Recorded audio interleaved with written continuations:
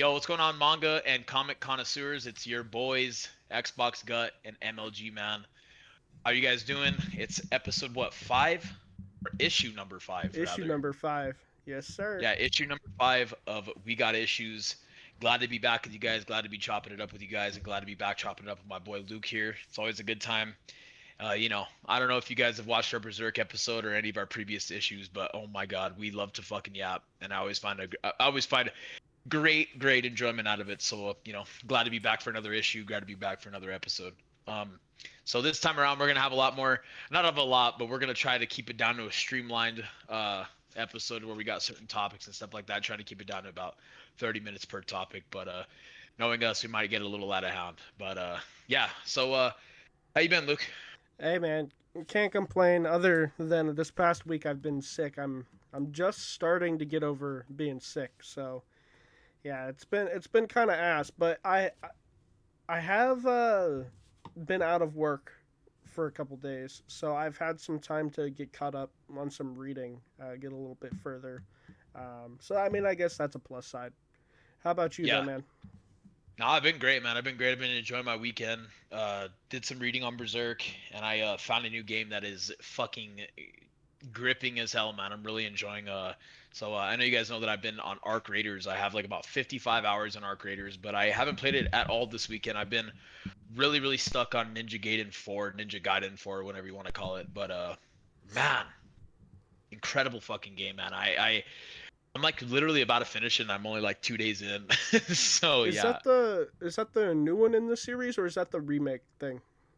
it's the newest one. Okay, The remake that you're thinking is Ninja Gaiden Black 2 okay. or Ninja Gaiden 2 Black or some bullshit like that. But yeah, this one for me is really hitting cuz we all know that I'm a fighting game fan, and this one has it's very like fighting game like esque, like very much so, with all the combos and shit. It's like extremely Devil May Cry, which is funny because I never actually played a Devil May Cry, but yeah, it's very much enjoyable.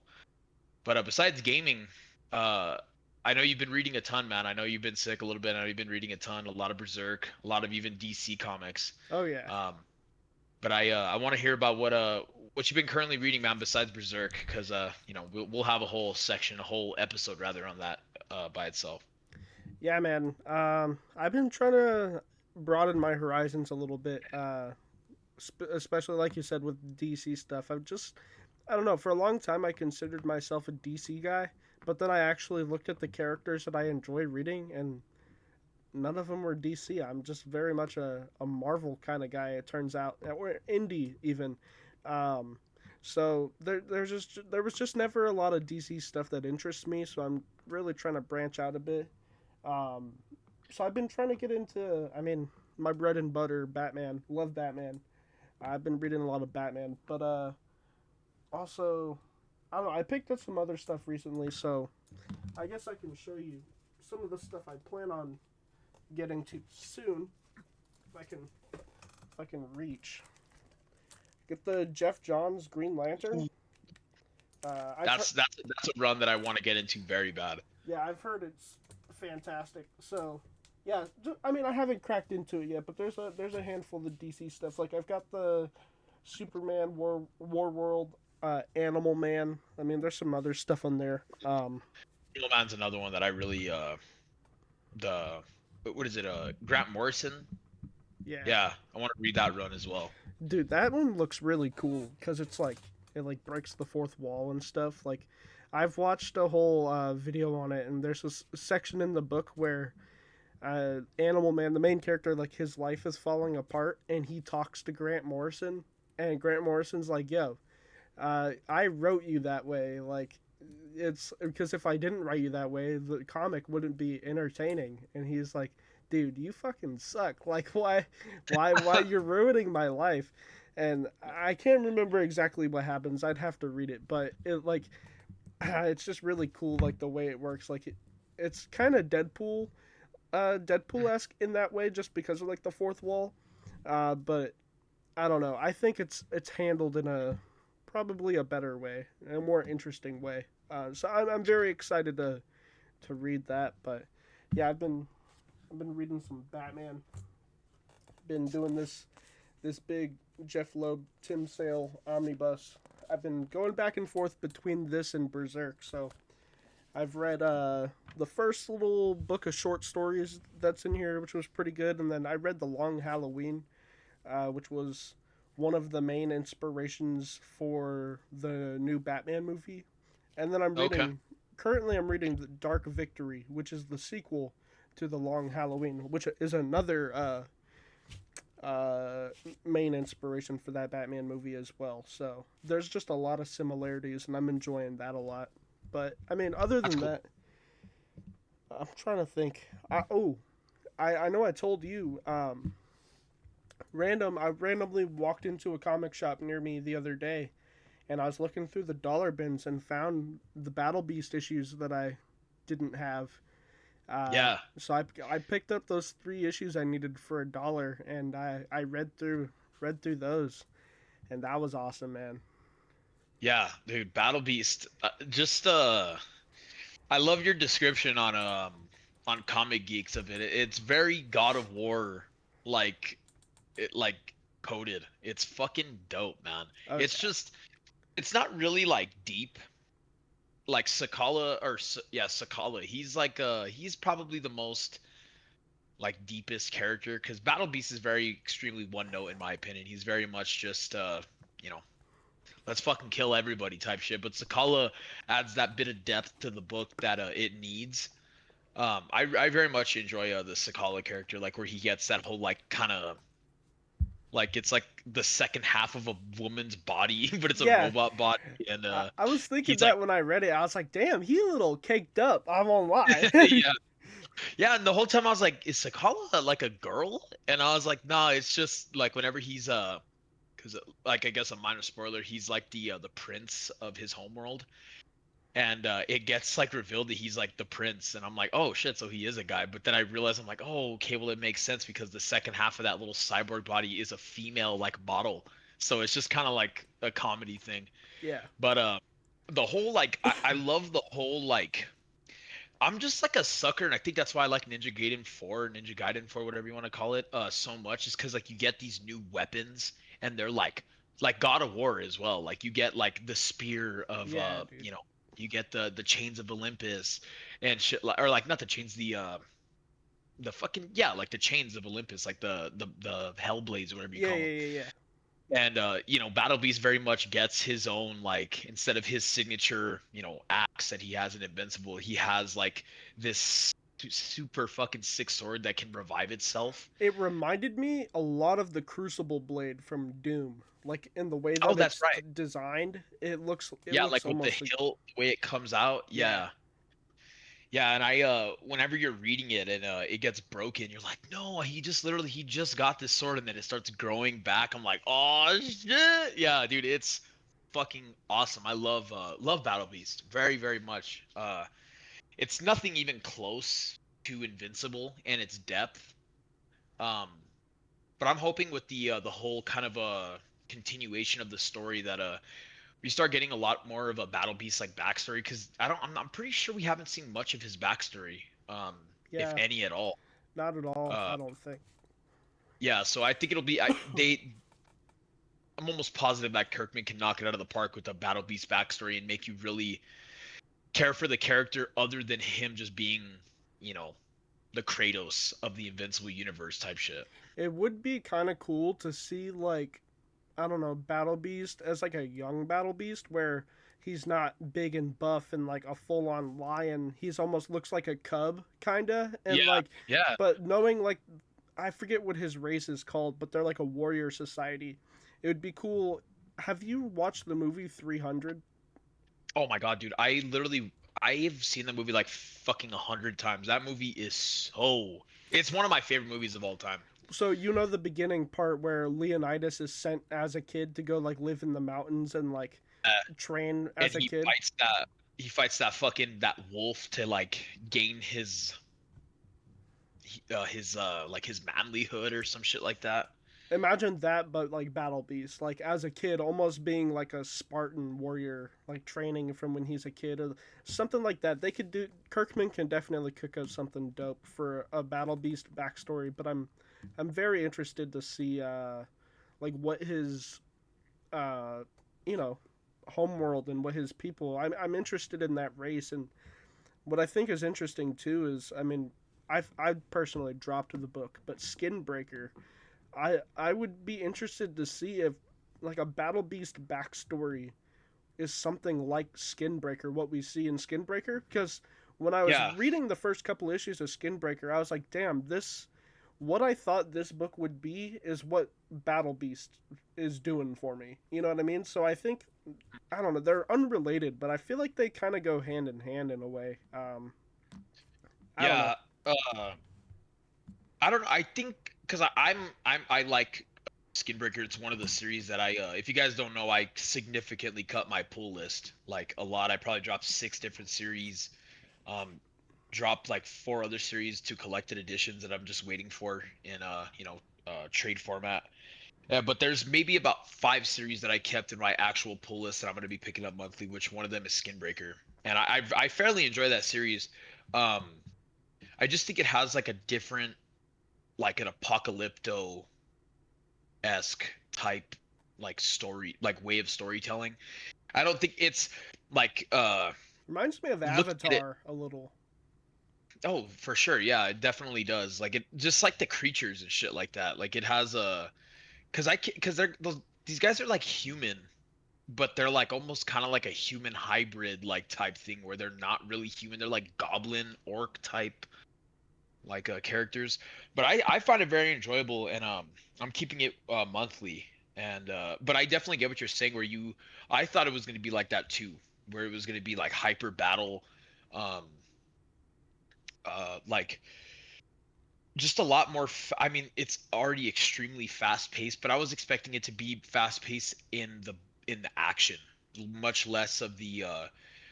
I think that's why I enjoy it because it kind of took me off guard the way Kirkman tells the story because it's very much an in-depth look on how these characters or how this race of people go about their everyday life and you know how they're kind of like throwing off the tribe leader, trying to overthrow the tribe leader.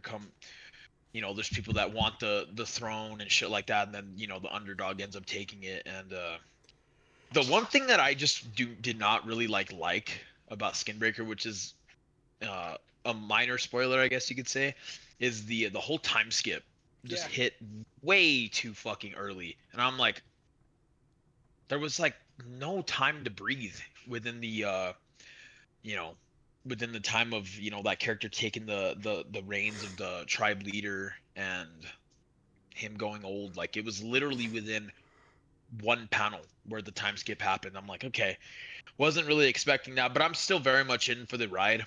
But I will be honest, Escape is way better than a Skinbreaker in its current issue. Oh, Like yeah, yeah, Escape by Rick Remender I think it's Rick Remender, right? yeah. Oh, dude, incredible, heart-tugging fucking story, man. Like it's just it reminds me of like Rambo. It reminds me of like what's that one anthropomorphic manga? It's Beastars. It reminds me of Beastars in a way, just kind of the art and the way the characters talk. I've read a couple of volumes of Beastars, but it wasn't really for me. But this is the way you tell an anthropomorphic story because they feel very fucking human, dude. Like you got the main character, I forget his name, but I think his name is Duke or something like that. But Mm. he, occasionally he'll whip out a picture of like it's like a Saving Private Ryan type story where he's like pulling out a picture of like his wife and his kid back home, and he's just thinking to himself like I gotta fucking make it through the. And it's awesome, man. I'm really enjoying it. I enjoy it more than Skinbreaker. Um, Probably not as much as I enjoyed the first issue of Viking Moon. I think that was probably one of the best. It's not better than issue 1 of Batman by Fraction, but that's one of the best first issues I've read in a very long time. So, take me through. I mean, I guess I don't know if you were purposely talking about the series that you kept on your pull list, but take me through what books you've kept. So I have so there's one book in particular that I guess I'll just knock out right away. I would have moved this to a collected edition, but it was a limited series and it was ending on the issue that I'm picking up. Mm. It's Venom, Black, White, and Blood. But the thing about Venom, Black, White, and Blood, the reason why I was gonna drop it and move it to a collected edition is because it's just basically short stories within the life of Eddie Brock and Venom, where like you have like cameos of Spider-Man and shit like that, but it's not like a continuous story told through 5 issues. It's more or less like like I said, short stories. But issue number 3 really fucking like I was this close to dropping it all together. And issue number 3, there was 3 short stories in it that all 3 of them, especially the last one, was awesome, incredible. Um, the last one in particular was I think it was called Venom, like Samurai Venom or something like that, where they were set in Edo, Japan, and and Venom's like fighting all these different like Venom-esque like characters, like these symbiotes and shit like that. And then the final boss was Carnage, and Carnage had like a whole like like crazy samurai with like the mouth fucking coming out of the horns and shit. And Like a Oni. that whole yeah, an Oni exactly. And that whole final battle was extremely cool. And I was like, well, they pulled me back in, they did it. So yeah, That I'm gonna. sounds awesome, dude. Oh, dude, it was awesome. I mean, it's extremely short. It's within 1 issue, but it's very very cool. I was gonna drop that one, but since issue 4 is the final one, I'm just gonna close out the series with that one. I mean, it's not too big of a deal. And then the other ones that I have that I kept on my pull list is Battle Beast, of course, Skinbreaker, Viking Moon, Escape, DCKO. I mean, you can't drop that. That's like Tomorrow, a man. yep, tomorrow exactly. I can't wait to pick it up. Yeah, you can't drop DCKO, man. Like that's even though I wasn't really a big fan of the first issue, that's something that you just can't miss, bro. Like I've never seen something like that. Like if they did some shonen KO type shit with like Naruto, Dragon Ball, like I would have I would feel obligated to pick something Oh like that yeah. up. So Dude, yeah, I'm DCKO. excited for that. Like, real quick, I'm excited for that new issue, dude. Like, cause I'm not reading any I of am too. the tie-ins, and I hope you don't need to, cause I just want to read the core issues. But, dude, the way that that last issue ended, man. Have you seen the Yeah, solicits for the new issues? I have, but I didn't like. Are you meaning like the variant covers and stuff like that? Well, not even just the variant covers, but like because they released the A covers for like issues 3 and 4. Oh, that's right, that's right. I didn't look at those, but I did look at issue number 2 because I wanted to see what the A cover looked like. Dude, whenever you get the chance, look at issue number 4, bro. It has the absolute trinity on it. So, Oh, dude, that was the best part of the book because I seen Batman's fucking axe and I was like, no way is that fucking absolute Batman coming in to fuck everyone up. I really hope that absolute Batman redeem. I mean, pretty big spoiler right here, but Batman gets fucking shredded right in the beginning. Like he gets fucking killed right away oh in yeah. this whole tournament arc. But I'm hoping Absolute Batman comes in and shows him who the real fucking Batman is, because I really enjoy Absolute Batman. He's fucking awesome. Well, so there was one of the tie-ins was Batman Knife Fight, and I wanted to pick that up, but I ended up missing it. But that one looked really cool. That's kind of like because Batman gets, again, spoilers, he gets eliminated in like the first round, but then I guess the kind of the way it works is like you respawn, like you have like multiple lives in the tournament, but then whenever you die, you're able to respawn as a different version of yourself. So like, how do I explain it? So like, Batman dies and then he's able to respawn, but the he respawns is, I don't know how exactly to explain it, but in Knife Fight, the way it works is, I guess he goes to this other dimension or these multiple dimensions where one of the Robins becomes Batman in that universe. So he has to like fight Robin as Batman, and it's kind of like its own side thing. But Yeah, yeah. I don't know. I heard It's weird, I but I heard about Night Fight. I was under the impression that it was like Batman just had a gadget that brought him back. Like he didn't actually die. He just teleported right before he died. I don't think it uh, was a respawn thing. Because I Okay. think that would kind of take out the nerve wrackingness of like fucking your favorite characters fighting another one. You're like, oh, I don't want him to die. You know what I mean? But Well, I think I was under the impression that because I've seen videos on that night fight one, and I think that Batman just had a gadget to where he not necessarily like respawned, but like right before he died, he teleported out of the fight that he was in. well, I know there is a respawn aspect to it. Because for example, the Red Hood versus Joker fight is supposed to be Red Hood dies at first, but then he respawns as the Robin, and then like because Red Hood is Jason Todd, who is one of the Robins. So he fights Joker, dies as Red Hood, then respawns as Jason Todd Robin, and then fights him again. And he fights him like 2 or 3 times. Mm. So there is a respawn aspect, but I guess we'll find out more how it works Yeah, tomorrow, or not tomorrow, Wednesday. yeah, Wednesday. Yep. But And then yeah, after TKO, I have Matt Fraction's Batman. You can't drop that. That's like a given. TMNT Journeys is another one. It's a reprint of the Mirage era, like the original TMNT run. I like I find that run extremely fucking fun and gripping because it's not just your typical like Foot Clan versus the ninjas and all that like kind of street level stuff. It's very cosmic and very like the scale of this run is fucking huge. The comedy's there. The only thing that I don't like about it is that it's in black and white and it's very I like the classic art style. I do, but I can't tell who the fucking turtles are. I can't mm. tell just by their lingo and I can't most of the time whenever they're whoever does the art, I can't see their weapons.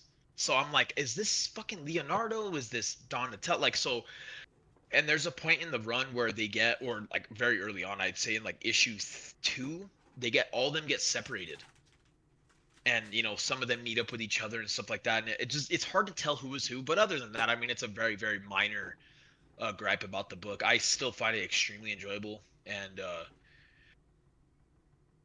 just like it's just a very I want to say different take on Teenage Mutant Ninja Turtles, but I guess I'd rather say it's a different take on modern day Teenage Mutant Ninja Turtles because this is the original comic that they first ever came out in just a reprint. And I love the So covers, man. The is covers it are is it a straight up reprint or is it a remaster? I want I might be a remaster because there's an omnibus of the Mirage era, like the original run of TMNT, and on the first couple pages there's like in this reprint there's added pages before the omnibus starts kind of setting up the Mm. villains, the cosmic villains that they're going to be fighting. So in a way I guess you would say it is kind of like a remaster.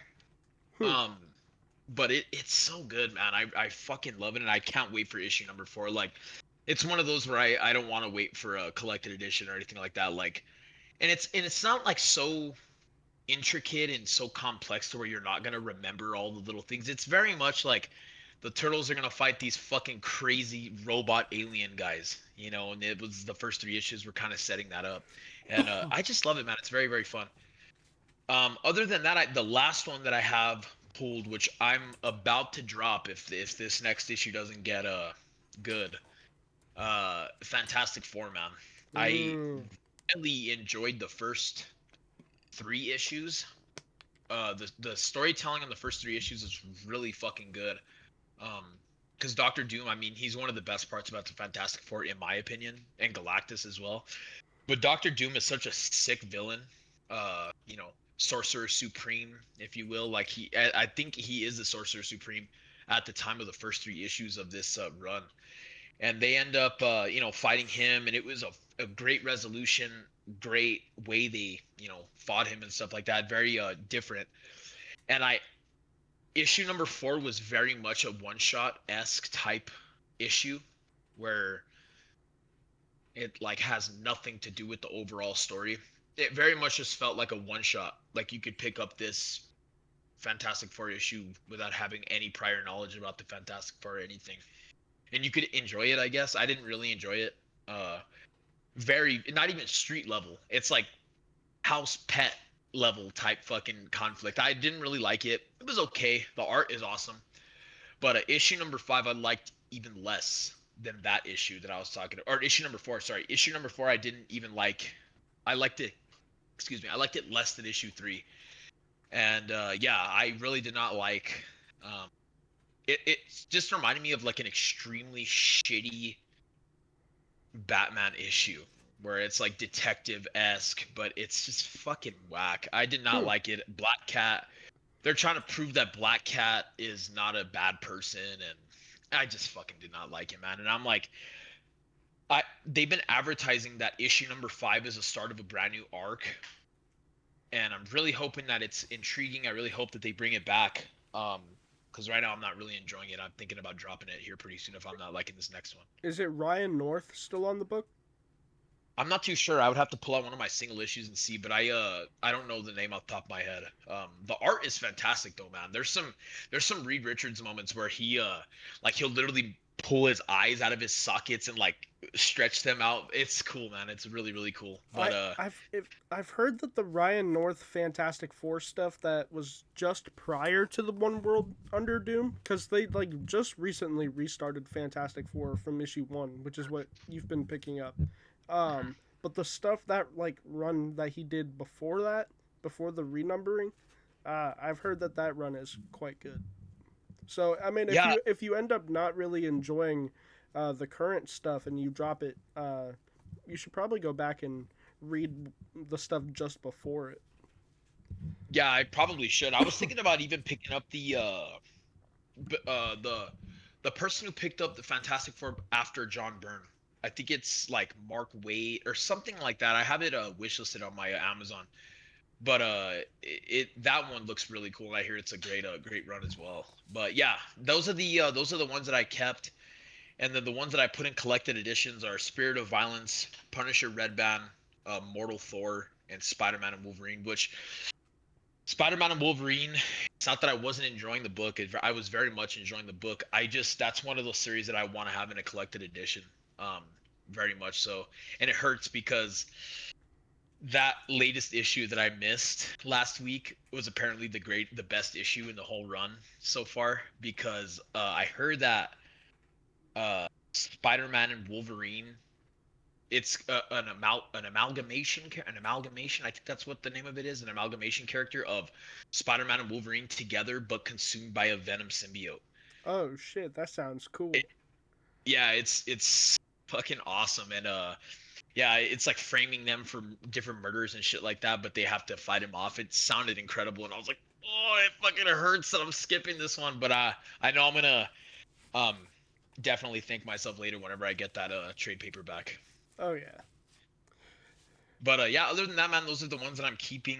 Um, I'm gonna wait for collected editions and keeping in the monthly pool. But I've cut it down a lot. I don't even remember what I dropped, but I dropped like Undead Iron Fist. I dropped Immortal Legend Batman.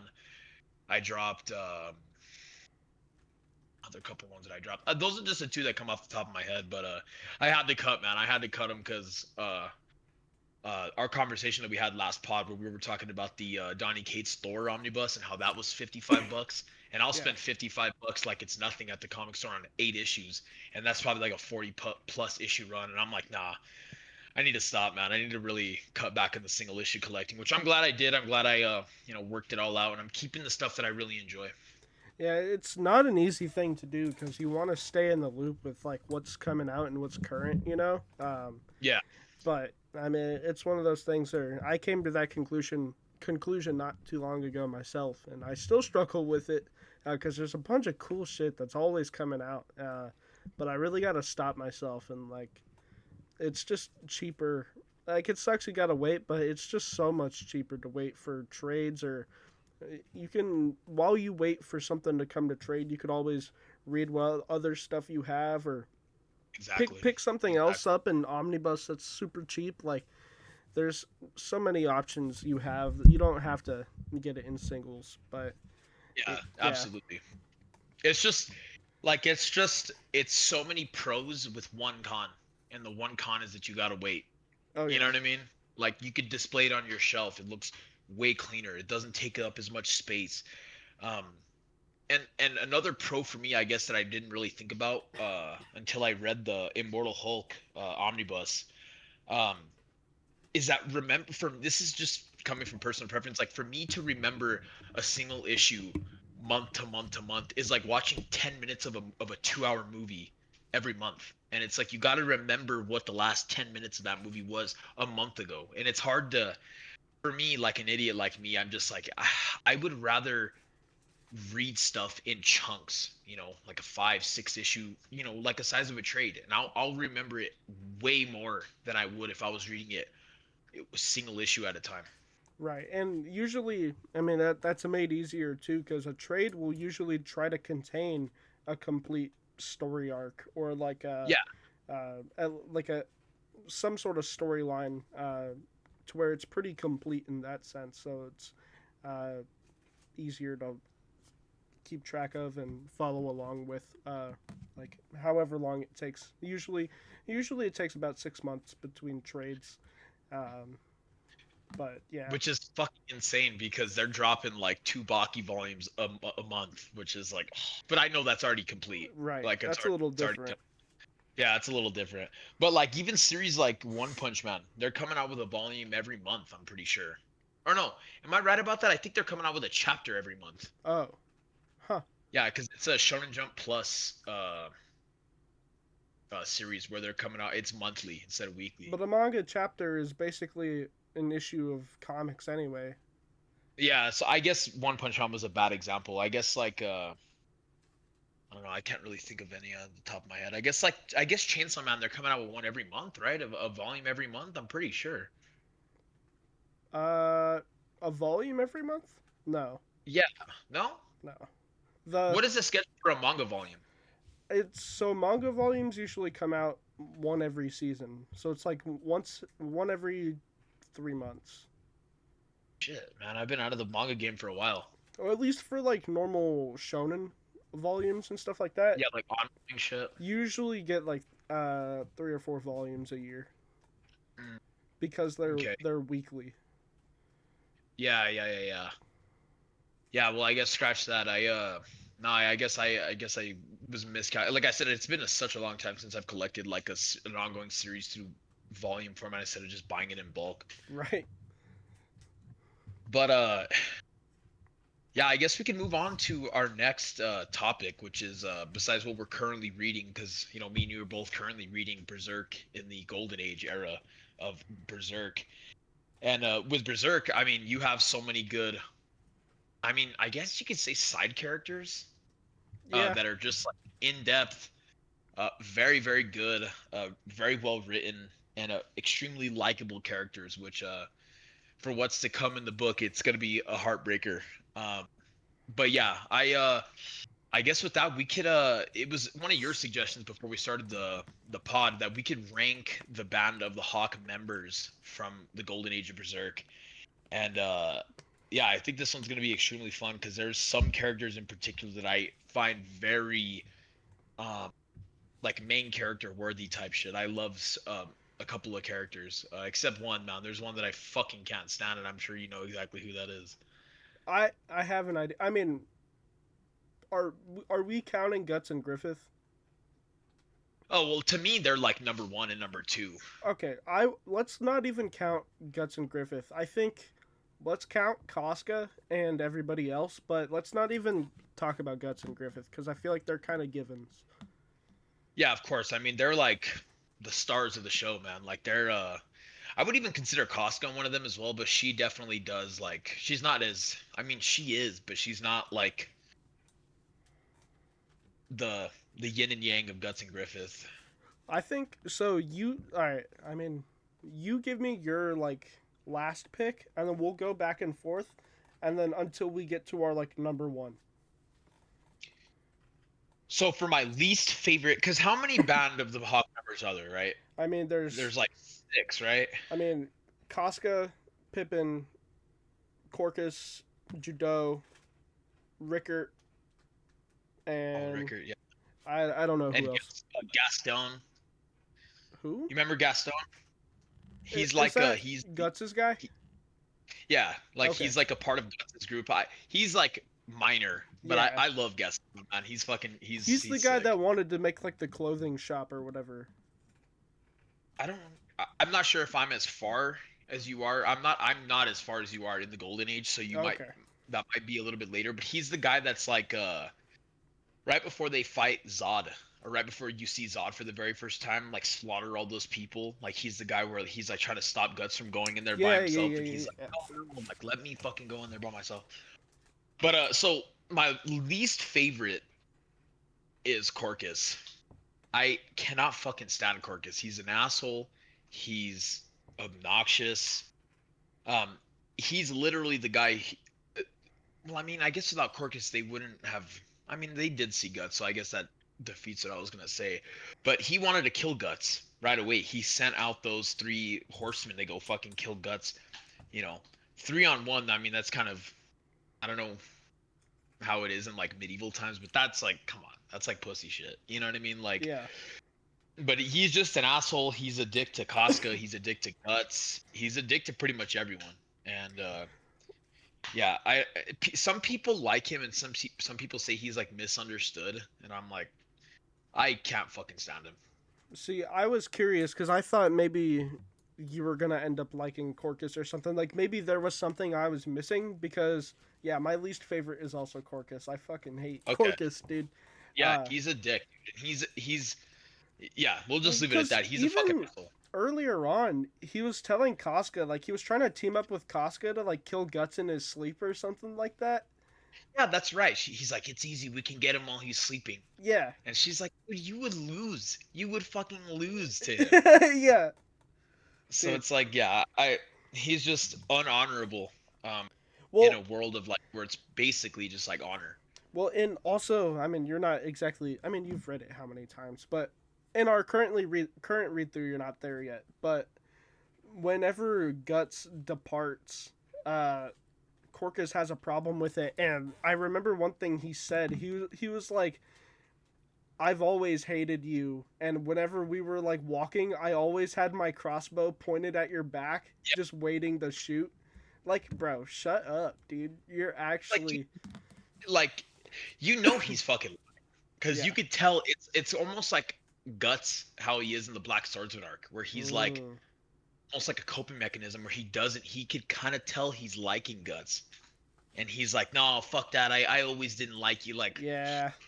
I think that's some bullshit because they were together. I mean, the Band of the Hawk, like as we know it now, like Guts, Griffith, Casca, Corcus, Pippin, all of them, they were together for what I think 4 years at the very Something like least. that. So yeah, bullshit. I can't stand Corcus. Yeah, he's annoying, man, and he's yeah, like you said, he's always on some pussy timing, bro. Like he's 100%. yeah, I don't know, he's annoying. Yeah. Um. So I mean, from here on out, it's gonna get hard. It's like choosing your favorite kids. You know what I mean? Because I like all these guys. Um. But if I had to say, um, the next one, it's gonna be Gaston because he doesn't really get much character development whatsoever. I just like him because he's just down, man. He's fucking cool. He's always down to back up our boy Guts, and he will. And he's a good fighter at that. I don't think we even ever see him fight, but he lasts until the inevitable part of the book. But he's always cool, man. He's always down. And I guess that brings me to my next. Oh no, I guess you can give your next pick. So my next pick was is a little different from yours because I wasn't even originally gonna count him, but I mean now that we are, I do like him.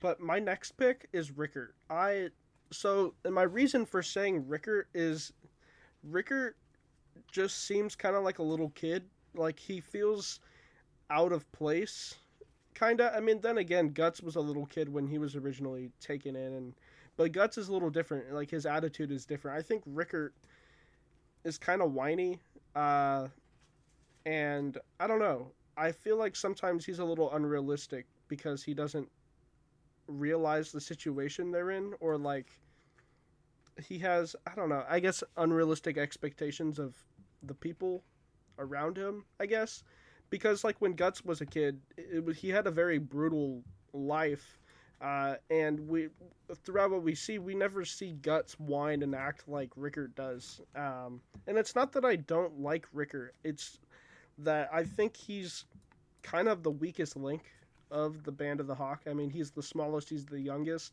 Um, I mean, maybe by the time the you know what rolls around, maybe he'll have some more character development. But I feel like he's just kind of underdeveloped and a little too whiny for my liking. So that he's my next pick.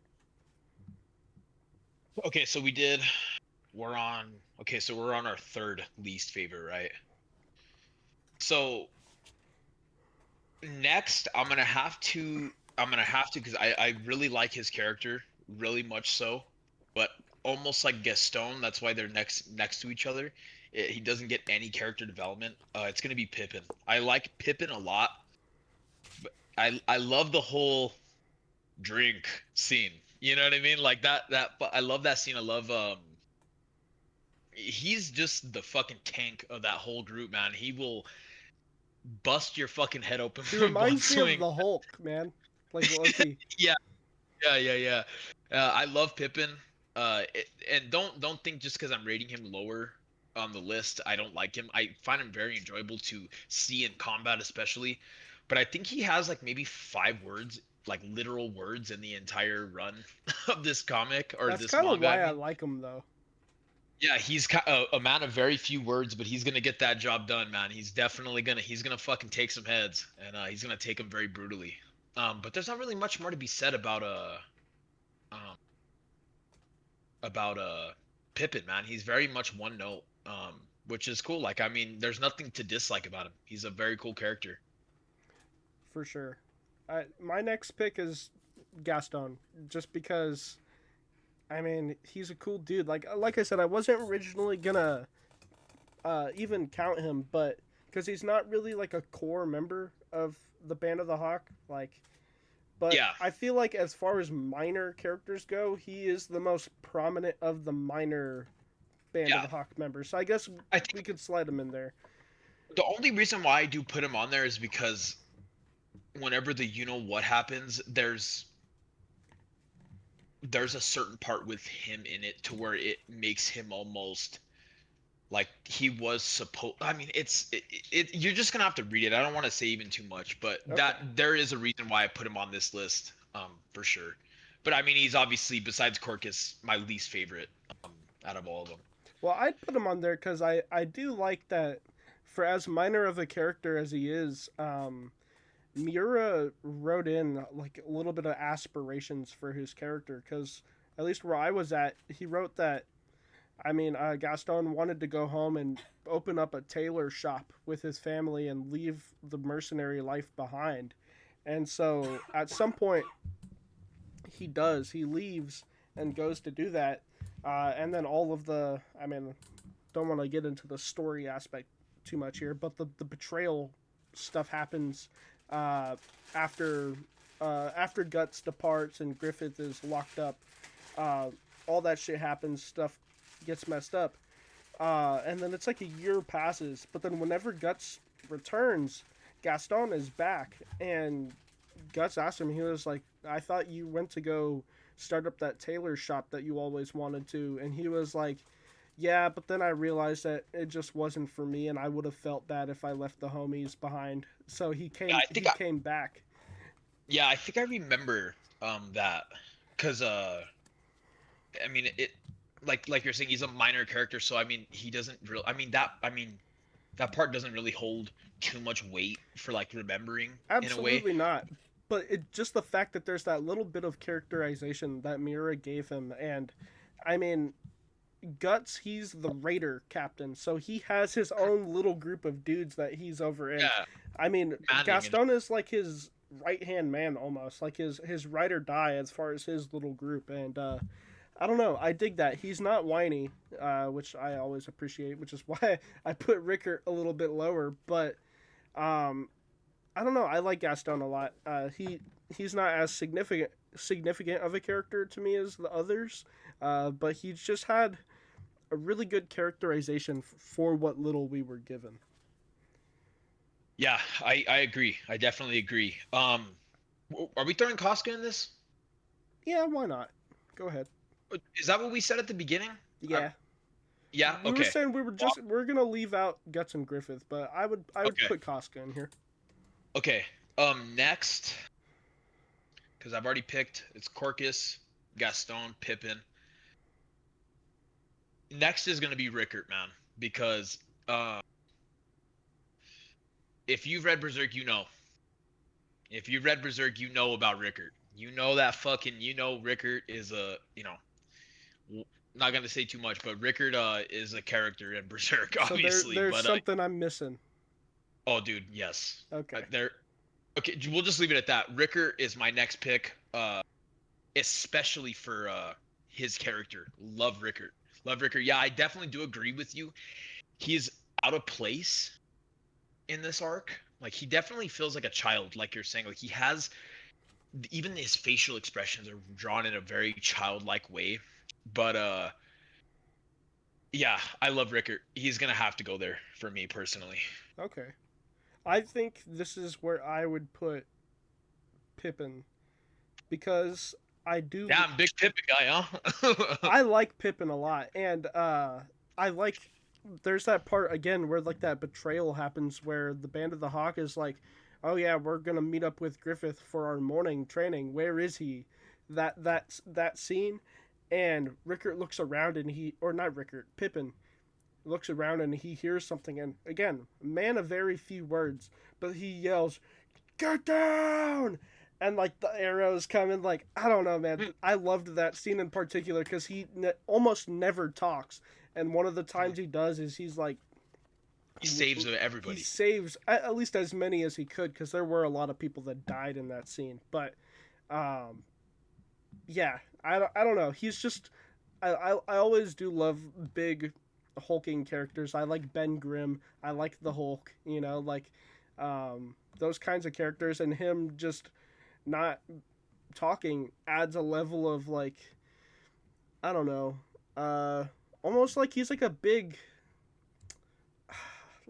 teddy bear. You know what I mean? Like and especially like with the scene where they go to the gala or whatever, and Pippin's in his suit, he just looks like super Yeah, dapper. yeah, It's like there's yeah, like a level of cuteness to him that I can't really yeah. explain. Like no homo, but like I don't know. No, no, I get it. I get it. I don't know. I think Another he's cool. Pippin scene I love is whenever he grabs Guts at Guts's welcoming like party, I guess you could say, Mm. and it's right before he says drink, Yeah, yeah, and Guts like he picks up Guts, and my first time reading, I'm like, oh my god, dude, Guts is literally gonna fucking stab this dude in the neck and kill him. Fucking Guts hits him with an elbow, and fucking Pippin just he starts bleeding out of his mouth, and you're like, dude, Pippin's gonna fucking kick his ass, and he just drink like yeah. awesome character, man. Like Unfazed. exactly, bro. Yeah, Pippin's the man. Like I said, just because he ranks low on my list doesn't mean that I don't enjoy him. I very much enjoy Pippin. Fucking awesome character. Um. Okay, so for me it was Corcus, Gaston, Pippin, Rickert. I gotta be honest, dude. The next on my list is Casca. Yep. She is very much fucking like she's annoying in the first like I like her after the whole like where I started to enjoy Costa's character is whenever Guts and her fell off the roof or not off the roof the Off the off the cliff. cliff. Yeah, and Guts was like whenever she's like fucking on her period, he's like, what the fuck? Yeah, You know yeah, what I yeah. mean? Like that's whenever I was like, okay, I'm starting to like this character. But everything before that I fucking could not stand her, but like God man, she was just a bitch. Like to Guts, especially.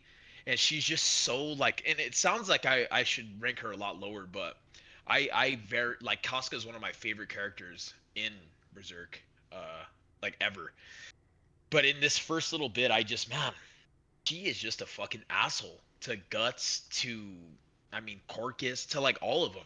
But it's like she's just holding up that shield so she doesn't become vulnerable. Like I guess we could say Guts in the on the Black Swordsman arc.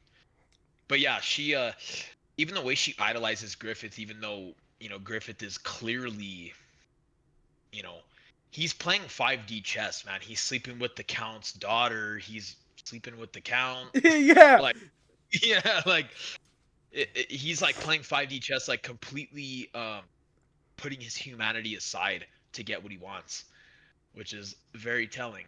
But right.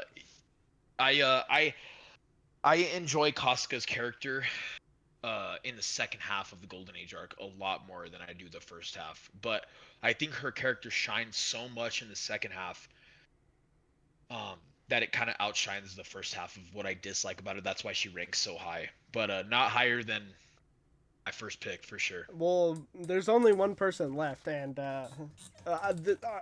I know who it is, and Yeah, let's of let's course, just say everybody loves. I share similar sentiments. Good, But good, good, good. Yeah, dude, everybody loves our fucking boy. yeah. But I mean, similarly, man, Casca is my next pick just because, like you said, she's a bitch leading up, and like basically the whole like since we meet her up until when they fall off the cliff. But I do like Casca a lot. After that, just because, I mean, that scene when they're in the cave and like, uh, recovering and all that, she opens up to Guts and shows that vulnerability, which is why afterwards, I mean, she's a lot nicer to him because I mean, it's almost like a bonding moment for them. And then when right after that they have to fight off like the 100 men, and Guts is like, I love that. run off, save yourself. I'll stay back and fight these guys. And she realizes, that Guts isn't a bad guy after all, and he's willing to Yeah, like put his life yeah, down he's for her, yeah, for his comrades. 100%. Uh, Yeah, so that part, I mean, is really awesome, and she is a complex character, and her backstory is really neat and also like kind of tragic too. for sure. Like, I mean, her being saved from being like raped or whatever when she was a little girl, and then Guts, she has like this almost like Stockholm syndrome kind of worship idolization of Griffith, uh, which is Which is fascinating. understandable. It's Which is understandable. understandable, but like put into the context of the story and knowing who Griffith is and how ambitious he is, she's just in love with a man who will never look at her that way, and not necessarily because he doesn't want to, but because he just can't. It's not in his nature. That like I don't know. It's just not in the cards. You know what I mean? And she's almost delusional in that way, and she doesn't even know how. But that's since she was a kid. I mean, that's all she's known because she's been with the Hawks for so long. Um, so that's just her whole life, and I do think once Guts leaves and she has that kind of moment of like, well, is this really what I want? Like, and she starts to investigate her own like internal feelings and like, um, yeah, I mean everything. I will say the part where her and Guts get a little intimate. Wasn't the big fan of that chapter. I I don't. love that fucking chapter, bro. I I know it's weird, but like, I don't know. I think it just represents trauma in a very fucking realistic way. I think I need to give the chapter like the end of the deluxe edition there a reread, but it was kind of awkward and I don't know the whole like the dialogue between them and then like Guts's kind of switch up, like not to get off too much of a topic and analyzation or analysis rather of the book because we'll do that some other day. But I don't know. I was kind of put off by that part. It was kind of weird, but regardless, yeah, I do like Casca, and I know she's a very important character, so there's more to come. But yeah, that's where I stand with Casca. Then I guess since me and you haven't said our favorite, I mean there's only one character left that me and you both find, The which is homie, surprising. bro. The fucking boy, bro. I didn't think that me and you would share. Well, the thing is I've never actually ranked the Band of the Hawk members like ever. I just like them all as a group, except for the fucking Corkins, obviously. But I obviously like listing these characters out and really talking about them, dude, Jado is the fucking goat of this whole group, man. I love Jado.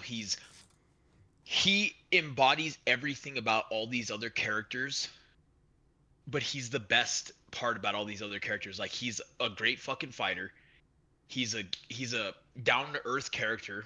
He's so easy to talk to and approachable. Yes. Yes.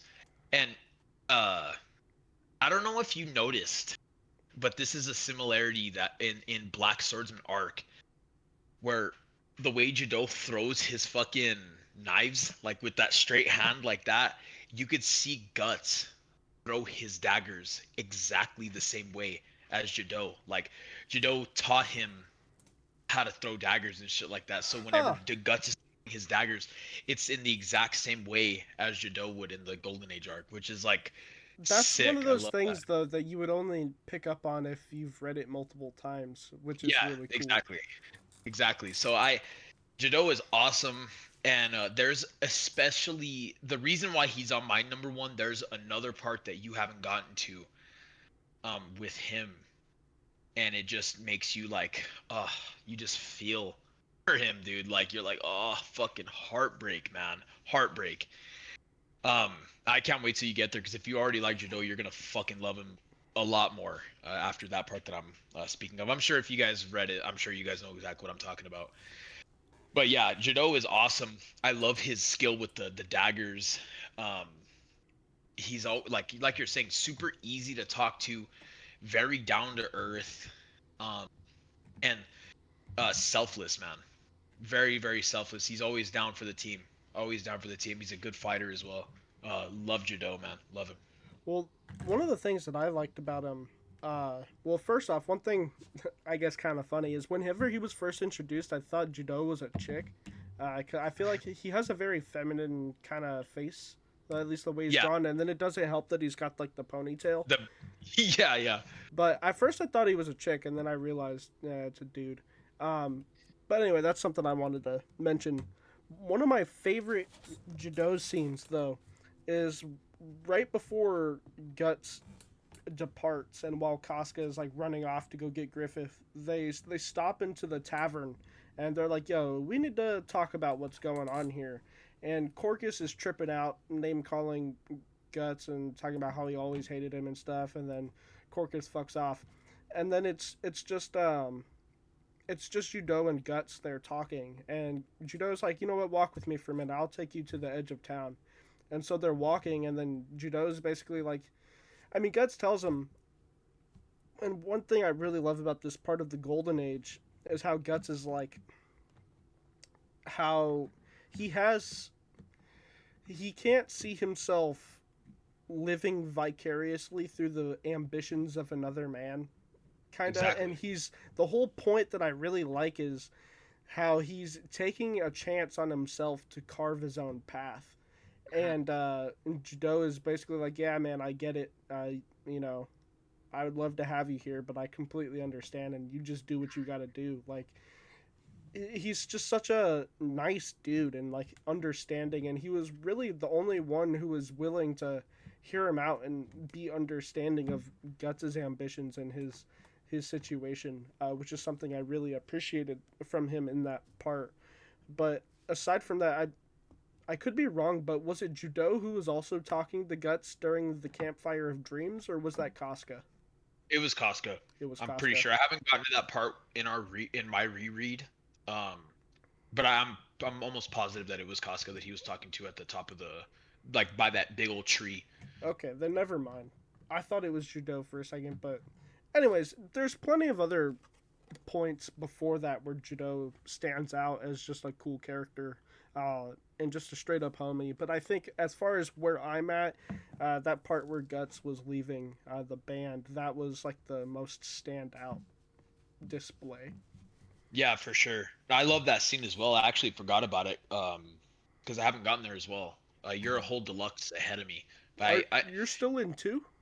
yeah, I haven't even started three. But I Oh know shit. that Berserk is. I mean, dude, you could fucking. I could knock out an entire deluxe in like an hour and 20 minutes, some shit like that. So, but yeah, I love that part as well because I, like I said, I forgot about it. but it just goes to his whole like selfless thing where he's almost like he's like, man, I would love to have you here, but I understand that you have ambition too outside of this group, and you know, and like that whole like scene where Griffith is talking about dreams. I think that's where Guts really had his light switch turned on, where he's like, ah, okay, like like where that whole scene where he's holding his sword up on the roof, and he's thinking like, I'll use this sword like to his cause. But I think also on the other side of the coin, I think he realized that maybe this isn't the life that he saw himself doing for the rest of his life. And I think, like you're saying, Guts wants to carve his own path. And you would think, because like Corcus, of course, likes Guts. Why do you think he lashed out like that? Like he's like, oh, this and that, this and that. Like he's just pissed. If he didn't give a fuck, he would be like, good. I'm glad. I'm glad he's leaving. But he's like mad that Guts is leaving because he likes him secretly. But Jado, of course, Jado wants him to stay. But Jado is so selfless and so, back to what you're saying, like a cool ass guy that he just wants Guts. He wants his friends to have ambitions of their own. Um, and Jado is one of those guys where he's there for the team and he's gonna do what Griffith tells him to do. But Jado is probably the most complex character outside of Guts, Griffith, and Casca. I think he obviously he is. Um, but I love Jado, man. Fucking incredible. Like it just goes back to Miura's writing. Just master class of telling uh of just like dialogue, man. Like he knows how to get first of all a point across, but he has such a way of getting you to care about these characters that are literally side characters. Hmm. Yeah, awesome. Man, so fucking good, man. Love it. Yeah, man. I'm.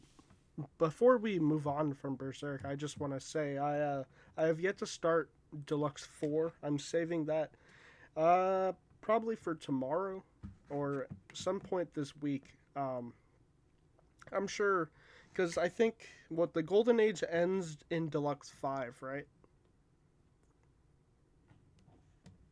uh Because Volume it 13 ends is in it ends Deluxe. I think it ends in the first volume of 5. 13 is the last volume of the Golden Age. Yes. Okay. Okay. Well, actually, like technically no. Let me see.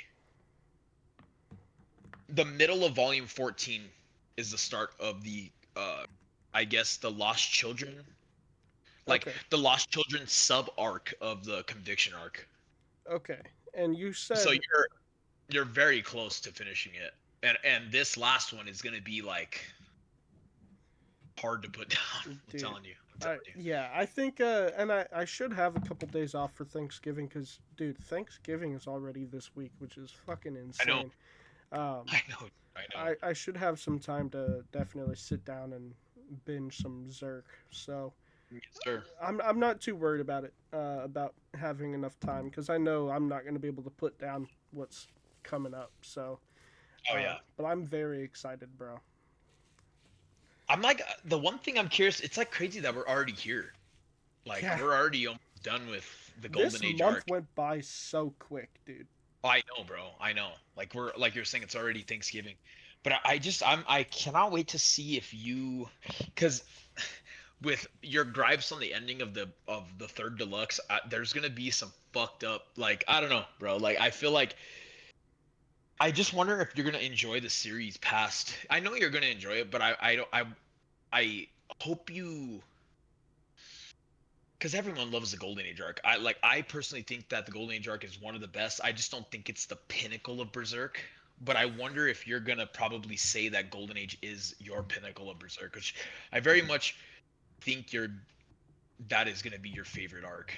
Well, let me put it this way. Maybe it'll give you an insight into the way that I think about it. So, I mean, to me, the Golden Age arc isn't very deep in that I think the Black Swordsman, although it's a shorter arc, is more in depth than the Golden Age arc because we see Guts at a point after all of this shit has happened. So there's more story and visual and dialogue cues to his inner workings and his character that we see and that you're able to pick apart. But through the golden age, there's less of that because he hasn't gone through that shit yet. We're still, it's more, it's less psychological, and less, I don't know, it's less deep because you're just focusing on what's actually happening, and it's less of a character study to me. But one thing I loved a lot about reading the Black Swordsman arc and talking about it with you was just picking it apart. And I feel like that's something we're going to be able to do more often. I don't think we'll be able to do it as much in this arc. Um, but I think because in the future, right, after the Golden Age, we see the repercussions of the Golden Age on Berserk, or on Berserk's character, on Guts's character. I called him Yeah. Berserk. Um, on Yeah. Guts's character and the relationships with the characters around him and stuff, and we'll be able to pick it apart and relate it back to the eclipse and all that shit, right? Um, so I think it's not gonna be the same experience, like reading experience, but I think it's gonna be, at least for me, a more similar reading experience to the Black Swordsman arc in that way, where we're able to pick it apart a little bit more. You know what I mean? Yeah, absolutely. I think now that you mention this, I think like really so, I feel like the only character that we could very much pick apart is Griffith. Absolutely, I agree. I don't, I don't really think like you're saying like we're just going along with the wave as it's or the story rather as it's being presented to us, other than picking apart certain like coping mechanisms, character beats, There's for facial sure expressions. there's a few things with Guts that we can talk about as far as like the abuse that he faced as a kid, and he still has that very much like "don't touch me" kind of deal from like when he was a, molested or whatever when he was a kid. And there's still some of the stuff where you could do that, but I feel like that's in the way that it's presented, it's a bit more surface level, and again, it's just not as deep uh, as Guts as when we see him, where we see him in the Black Swordsman arc, the eclipse and stuff is still very raw on his character, you know, because Yeah, isn't it pretty much right after you said? it is like kinda. I would say there's like a good maybe a little bit less than a volume's worth of content, like probably like a good 5 chapters prior, or no, not prior, after like the eclipse, then the golden age, or not the golden age, sorry, the Black Swords and arc happens, and then whenever we get around to it, I'll be able to like tell you, because I remember whenever I read it by myself for the very first time, I was very much confused on when the Black Swordsman arc happens. I'm like, Right. when does this happen? But it's there's a literal like part where it says golden age end, and then the Black Swordsman arc happens, and then there's a you'll see whenever you get it. You might be able to catch it yourself, but whenever I read it for the first time, I didn't really understand myself, but I had to go back and kind of put pieces together. For sure. um but yeah, well, now that you mentioned that, I feel like, I mean, there are some pretty fucking fucked up parts. Obviously it's Berserk we're talking here. But I don't know, man, I think you might enjoy some of the later arcs more than the Golden Age arc. If this is your critique about the Golden Age arc now, um, I think you might have a, you know, another arc in particular that I'm thinking of. I don't think it's the Conviction arc. I think the Conviction arc is very much like a Black Swordsman arc coded, like horror, um, demonic coded. But I think there's going to be an arc in particular that you're going to find your favorite, which is my favorite personally. Yeah, I now that you say that, I'm kind of I'm excited to see where what your thoughts are later. I think when we do cover the Golden Age arc, for as long as the Golden Age arc is compared to the Black Swordsman, I think that it might be a similarly length video or like episode, just because there is a lot less of that analysis side to it, and it's more of us just talking about cool shit that happens because there's nothing that much deep underneath it. It's just the shit that happened. You know what I mean? Mhm. So I think I don't know. I am glad that we gave the Black Swordsman arc its own episode because again, and we talked about this before. It was just a really good call on your part because the Black Swordsman arc is very layered. Uh, when Oh yeah. put into the context of the series, as opposed to reading it for the first time at face value, there's just Yeah. a lot to it. But yeah, no, I'm excited for, and you know, maybe the black, or not Black Swordsman, but the Golden Age will be my favorite. I don't know, but I'm very hopeful um, for the rest of the series because what I don't get me wrong, I like Berserk for like the camaraderie aspect and like the, you know, I like the Band of the Hawk, like that's cool, and like the fighting and stuff. But I almost like, because I know what to look forward to as far as Guts kind of rebuilding a family around him, sort of this found family. And I think that sort of repairing his character in a way and like acknowledging the trauma and like kind of, I don't know, healing, that sense of healing and rebuilding a found family is something that I look forward to, and that's an aspect that I enjoy a lot. So I don't know. I think I will like a lot of the later stuff more. That's just Yeah. what I I have to agree. say. Yeah. No, I agree. I think with what your input is now, I feel like you obviously will like it a little bit more than the Golden Age arc, but don't be like uh I guess don't be misinformed that this conviction arc is a very fucked up guts. Uh, like Black Swordsman arc, even probably even worse. He's fucked up, man. He's very very broken, and it's not until like you're saying, he starts finding these other members of his found family where he definitely like starts growing and changing and repairing his soul, if you will. Uh, but I just don't want you to get the wrong impression of the conviction arc because it's still one of the most badass. You know, The it just takes conviction a arc's different. the recent arc. Like it's the one that we're in now. No, no, it's like Black Swordsman, Golden Age, and then conviction. Oh, so wait, Lost Children you said is a sub Lost arc? Lost Children is like, yeah, a sub arc in the conviction arc. It's like its own little like small little arc with its own boss, with its own like kind of storyline. Um, and then it So continues with like what's his name? Not Magnus, but it Mogas and it's shit like almost that. like to have like the Snake Baron section of the Black 100%. Swordsman. Okay, I got you. 100%.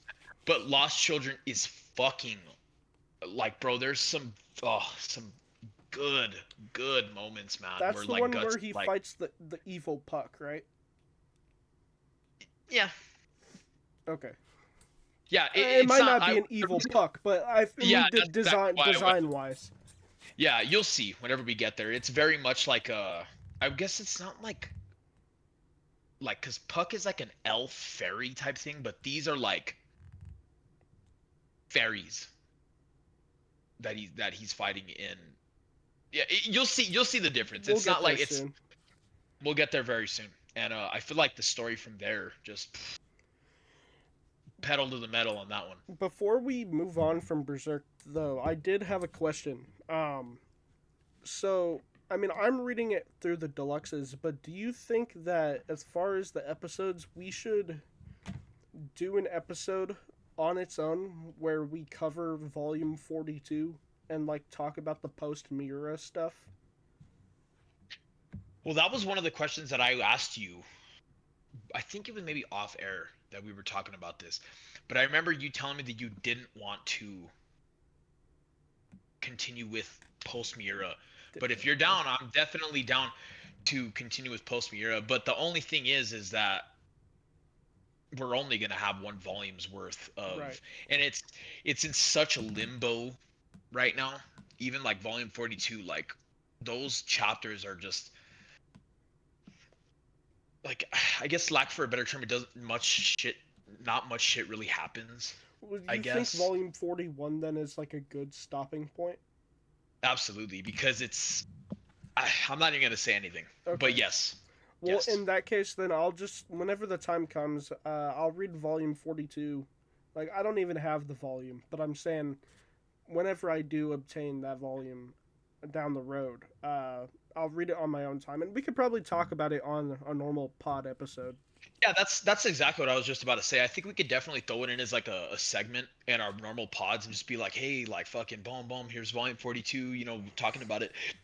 But whenever, because the way Kyoji Omori's telling the story and Studio Gaga, like this could very well be the beginning of the end. Like this could be the final arc Oh as shit. we know.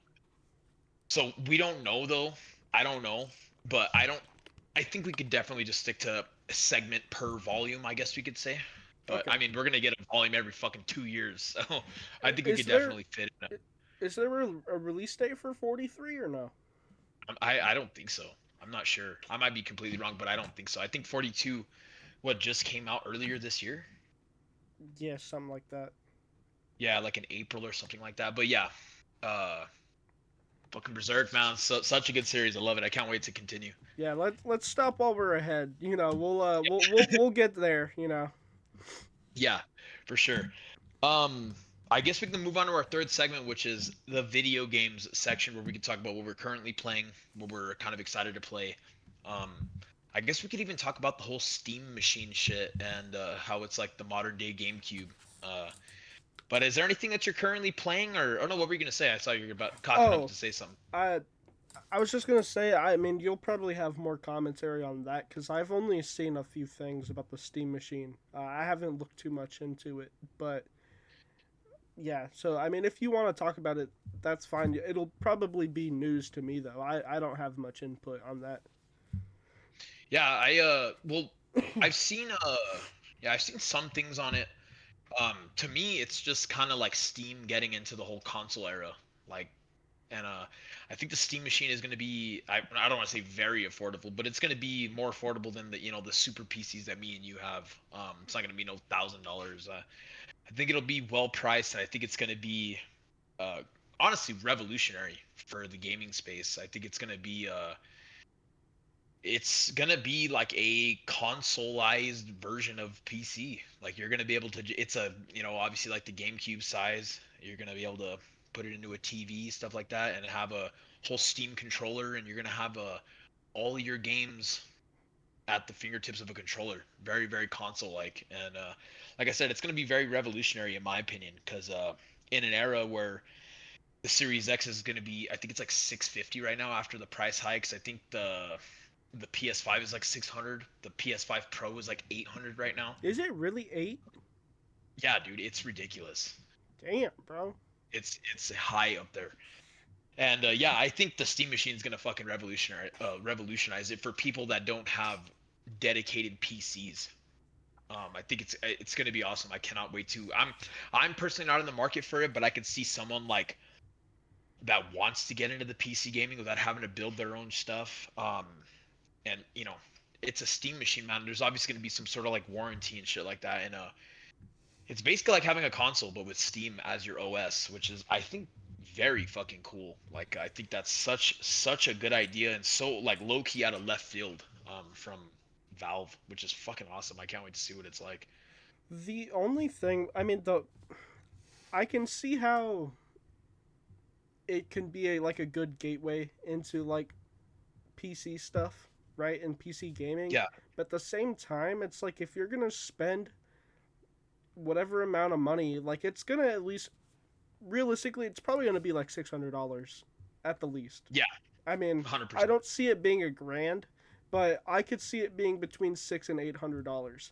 And if you're going to spend that much on a console, you might as well just save that amount and get an actual PC and put it towards a PC, I think. And I mean, if you just want to like play new games and stuff like it, I mean, by all means, I think if if you can afford it, get it, right? And there's plenty of cool games that come out that are only on Steam that you don't get on console, which is one of the upsides to that. Is it makes those games more accessible? Um, because there's like a lot of cool simulator games that are on Steam that I like. There's, I mean, Batch. Dispatch, which that's on PlayStation now. Is it really? Yeah, it's on PS5. Oh shit. Okay, scratch that then. But I mean, I don't know. I don't think it was on launch though. But I mean, it just makes a lot of those more, some of those more indie games more accessible that don't have a console port, I guess, on launch. If that makes Yeah. sense. Um, I don't know, but I feel like if you're gonna spend close to $1,000 on a console anyway, or half a grand, whatever it might be, because there's not a price on it yet, is there? No, there isn't yet. I just think you might as well save up. You know? Yeah. Yeah, I could see your thoughts on that. I just think like the whole appeal of this Steam machine is the consoleized version of it where you just turn it on, launch your game, boom. You don't got to deal with your driver updates. You don't got to deal with your fucking, you know, all this shit popping up on your fucking screen. You got to close it all out, then you're good. You don't got to Yeah, worry about all Windows updates. It's just going to be a very streamlined console experience. And to counter what you were saying about like saving up for a PC, I think that's another thing that makes it appealing to like for a gateway PC experience where like I think your graphics card in particular, the 5080 GeForce is like I think it's like an $1,100 graphics card, like just alone. And I think my 5070 Ti is like 1,000 like by itself, and that's not even including your fans, your motherboard, your CPU, which is probably like 600 on top of that, your RAM, your case. So I think it's very much like I can see what you're saying. I can see what you're saying, but for someone that wants to get into the console or I guess the PC sphere, I think this Steam machine is going to be like a fucking game changer, bro. I really do. Like I said, that's a me good and you aren't point. in me and you aren't in the the market for it because we obviously have PCs already, but for like something like my little brother, man, that doesn't really have like a steady income or like anything like that where he could save up 3 grand and buy a PC like ours. Like I think he could ask like save up $100 this time, $100 there, $100 there, whatever, like Christmas birthday shit. Like he could either ask for it or save up for it. I think it's perfect for like younger people and people that are obviously not willing because it's a lot easier to drop $800. Let's say hypothetically it's an $800 console, right? I think it's a lot easier to drop $800 on a complete package than 1,100 $1,000 on just a graphics card alone. You know what I mean? And another aspect that I didn't even think about that also is making it a lot pretty worth it in my mind is the portability of it. Like, Dude, like, dude, I don't know. Because when I move, man, I'm so scared to move with this PC and like my monitor and stuff. Like, I'm gonna have to like do somehow extra protection on this shit. Like, I'm gonna have to put like 800 layers of bubble wrap around it or something. Like, I don't know how I'm gonna do this. Um, but like, did you keep the box? I did. Thankfully, I did. Okay, But you should be fine then. If you bubble wrap the outside of the box and put all the foam that was around your PC originally, I think you should be fine. I think you should be good. I hope so. I mean, there's a lot of at least like when you're moving. I mean, I guess I'm in Hawaii, so like I'm still in the country, but I'm also overseas kind of at the same time. But there's a lot of like for anybody who's ever experienced PCSing for like military moving, that shit's rough, man. There's a lot of stuff that can go missing sometimes, or a lot of stuff that gets damaged. And I mean, if your shit gets damaged before it gets like delivered to wherever your new place is, you can file a claim and like have it reimbursed or whatever. But it's a whole process, man. It's kind of a fucking nightmare. So, I'm really hoping my shit doesn't get wrecked. But I mean, again, to your point and to the benefit of the Steam machine, I suppose it's. I mean, if it's basically like a GameCube, like you can take that almost anywhere, and just be really portable. It'll be like the size of this, literally. I mean, it's not gonna have no fucking handle, but it's like literally gonna be the size of this little thing right here, Yeah, which is insane. you could put that in a backpack, even like. 100%, Yeah, 100%. no, I could definitely see it. Now, Yeah, it took a it, little bit of thought, but like now that I'm thinking about it, yeah, no, I could see it. Yeah. I think, like I said, it's gonna be revolutionary, man. I hope it does good, and I hope it I guess in a way, because consoles, in my opinion, are fucking dying. Like they're on the way. Xbox specifically, I guess I should say, is on its way out. Um, they're just making left and right decisions that are fucking horrible. Game Pass price hikes, console price hikes. Like the Series X is the first time, I think, in the history of gaming that a console has went up in price, um, past its launch, and it didn't just go up once; it went up twice. The price hike went up twice in its through its lifetime, which is, It's at I six. mean, It's at six now. I think it's 650, dude. So For so it was originally five. yeah, it was originally 5, and I think the 2 terabyte, which is in a scammy way that Microsoft is, they're only releasing 2 terabyte size consoles. That's the 650 console right there. Bro, that's crazy. Because the one I have, I mean, again, I'm super grateful, and I was in a position to where I have the Series X, and I also have a PS5. Um, Yeah. my PS5, I've got them, so I didn't get them on launch, but I got the Xbox at a time. I got it when it was only five, and then the same with the PlayStation. Like I got them early enough to where I only paid retail. Well, I guess I say retail, but like their original price. So Yeah. Yeah. And like same here. I have a, I'm fortunate enough to have Series X, Switch 2, PlayStation 5, and all of them were $500. The only reason why the Switch 2 is 500 is because I got it bundled with Mario Kart World. oh yeah, But yeah. I wasn't gonna fucking spend $80 on a Mario Kart game. You got me fucked up. Yeah, that's just crazy, So bro. yeah, but yeah, Steam Machine, that thing is awesome. I don't really see a point to talk about the Steam frame, like the VR. I'm not really too into VR. The only game I would ever play in VR is Resident Evil 7 and Half-Life Alyx. Those are the Mm, only I would play in VR, but I'm not gonna drop fucking $1,500 on a headset that hurts my head after an hour. So yeah. yeah. Other than that, I what games have you been playing, man? I know you wrapped up Ghost of Yote, and I saw that you were playing Far Cry. I saw that you were playing Far Cry. Well, before that, I was playing Batman the Arkham game. Oh, Um, that's right. I mean, and again, we talked about it, but I played Dispatch. We talked about the Telltale games and all that, and like similar stuff last episode. I played that and loved it. I was playing Batman Arkham Asylum, the first one. I didn't get around to finishing it just yet. Um, I don't know. I was kind of at a weird point in the game, and I have to kind of watch a walkthrough to figure out how to do this part. For those who've played it, have you played it? I have not played it. I played it very, very, very long. I think like at launch, my Okay, dad bought it, and I maybe made my own save file. But it's such a distant memory. I couldn't even tell you if I remember. okay.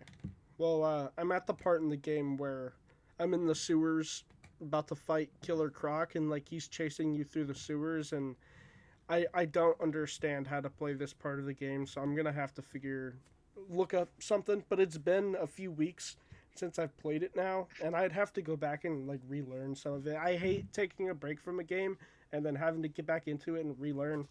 But I I was just yesterday or the day before, I can't remember when it was.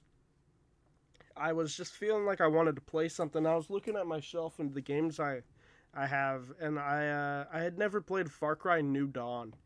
Um, and Which is what, like, Far Cry's. Is it? It's not even a numbered one, is it? I think it's a side game, right? it's basically like it's almost like a DLC for Far Cry 5, but it's its own game somehow. Like it's a Okay. very short game, and it's like a direct sequel to Far Cry 5. Like it has the same characters and stuff. Hmm. So it could it's almost like a DLC, but not really. But yeah, I don't know, maybe a couple hours into that game. Far Cry 5 in particular is one of my favorite games of all time. I love Far Cry 5. And It's that's the one set in God, it's like Montana. yeah. I think that's what. Yeah, Montana. Yeah, yeah, yeah. I haven't gotten around to it. I think the last one that I played was 3 in like the Appalachian Mountains or something like that. I think that's what it's what that one is. Uh, What is 3? 3 is with Voss, and you're like on the islands and stuff. Yeah, that was the last one that I played. He's like the guy with the white hair and shit like that, right? No, uh that's 4. That's Pagan Oh, Min. okay. That's when you're in like in Nepal. Yeah, that okay. Then 4 was the last one that I played. That dude, the Appalachian Mountains are in like Virginia, bruh. Is that what it is? Yeah, you're thinking of the Himalayas. Yeah. Well, sorry, bro. It's all good. No, I don't know. I don't know. My because of my history class, like my geography is like in my mind, and like I don't know. As soon as you Yeah. said Appalachian, I just think of a bunch of hillbillies like fighting each other. But no, it's. Isn't there one like that though? I mean, the closest thing to that would have been Far Cry 5, but Oh, okay. that's in Montana. Oh, okay. But yeah, I enjoy the whole gameplay loop of Far Cry games, man. They're fun. Dude, it's fun as fuck, dude. I've played Far Cry 5 like 6 times through. Shit. I always run just a bow and arrow, and I like Oh, just like that's with the binoculars, just like scouting out and like putting like highlighting all the enemies and just one by one like picking people off from like the shadows and just like assassinating. Like I love playing stealthy. It's so fun. But yeah. Skyrim. That's or Skyrim and Oblivion. I mean, any um like Elder Scrolls game. That's my favorite build to make, man. I always tell myself I'm gonna do another build, but always end up with a fucking bow and arrow in my hand somehow. It's yeah, so fun, like stealthing around and seeing the slow mo, yeah, and then yeah, it just hit. Yeah, it's always a good time. I love bow and arrow builds in games. It's fun. for sure. But yeah, I mean, other than that, I haven't been playing a whole lot of games lately. I've been more focused on reading than games at the moment. Yeah, I guess me too. I guess I really haven't been playing too many games. Um, but like I've been playing Arc Raiders. I haven't played it this weekend. Um, I did pick up The Walking Dead, the Telltale series, Oh and yeah, I was actually kind of shocked by it because I guess I was under the impression that it was gonna be like Dispatch, where there's not much gameplay. Like I know you told me you walk around here and there, but there's a lot more gameplay um in it than I thought. Um, like walking around, investigating. It's pretty good. I could definitely tell the skeleton of it is like there's a good structure to it. I feel like there's definitely a good story to be told. I just haven't, I guess, really given it too much of a chance. I've only played an hour of it, and it was at like 4 in the morning whenever I did it, so I haven't even gotten back around to it. But I've been wanting to play a new, I guess, which is funny because we're talking about Telltale, but I wanted to play a new like action game where hmm. uh like kind of like God of War, something like that. And I wanted to either buy a Returnal. You heard Returnal? It's a PlayStation 5 exclusive, No. or it was, I guess. But so it's kind of like it's a roguelite where this girl crash lands on this alien planet, and she starts like uncovering some like Lovecraftian shit about the planet, which it's on sale on Steam for like $25, and I was like, ooh, I've been wanting to play this game pretty bad. So I almost bought that one. But then I also almost started Bloodborne again. 'Cause I don't know, man. Like in hindsight, when I played Bloodborne for the first time, I didn't really like it. I mean, I finished it, of course, but I didn't really like it. But looking back, that is like one of my favorite games I've ever fucking played. Like it was such a just a vibe, man. There's something about Bloodborne that is so much different than Elden Ring, than Dark Souls. Um, it just has that certain like sauce to it, man, that it makes it fucking different. Just totally different. It has that Lovecraftian horror gothic vibe to it that no other Souls game has even come close to matching. And I almost started it again. I fucking wish there was a PC port. There isn't, but you can only play it on PlayStation 5 or PlayStation 4, whatever your preference is. But I almost started that again, and then I remembered.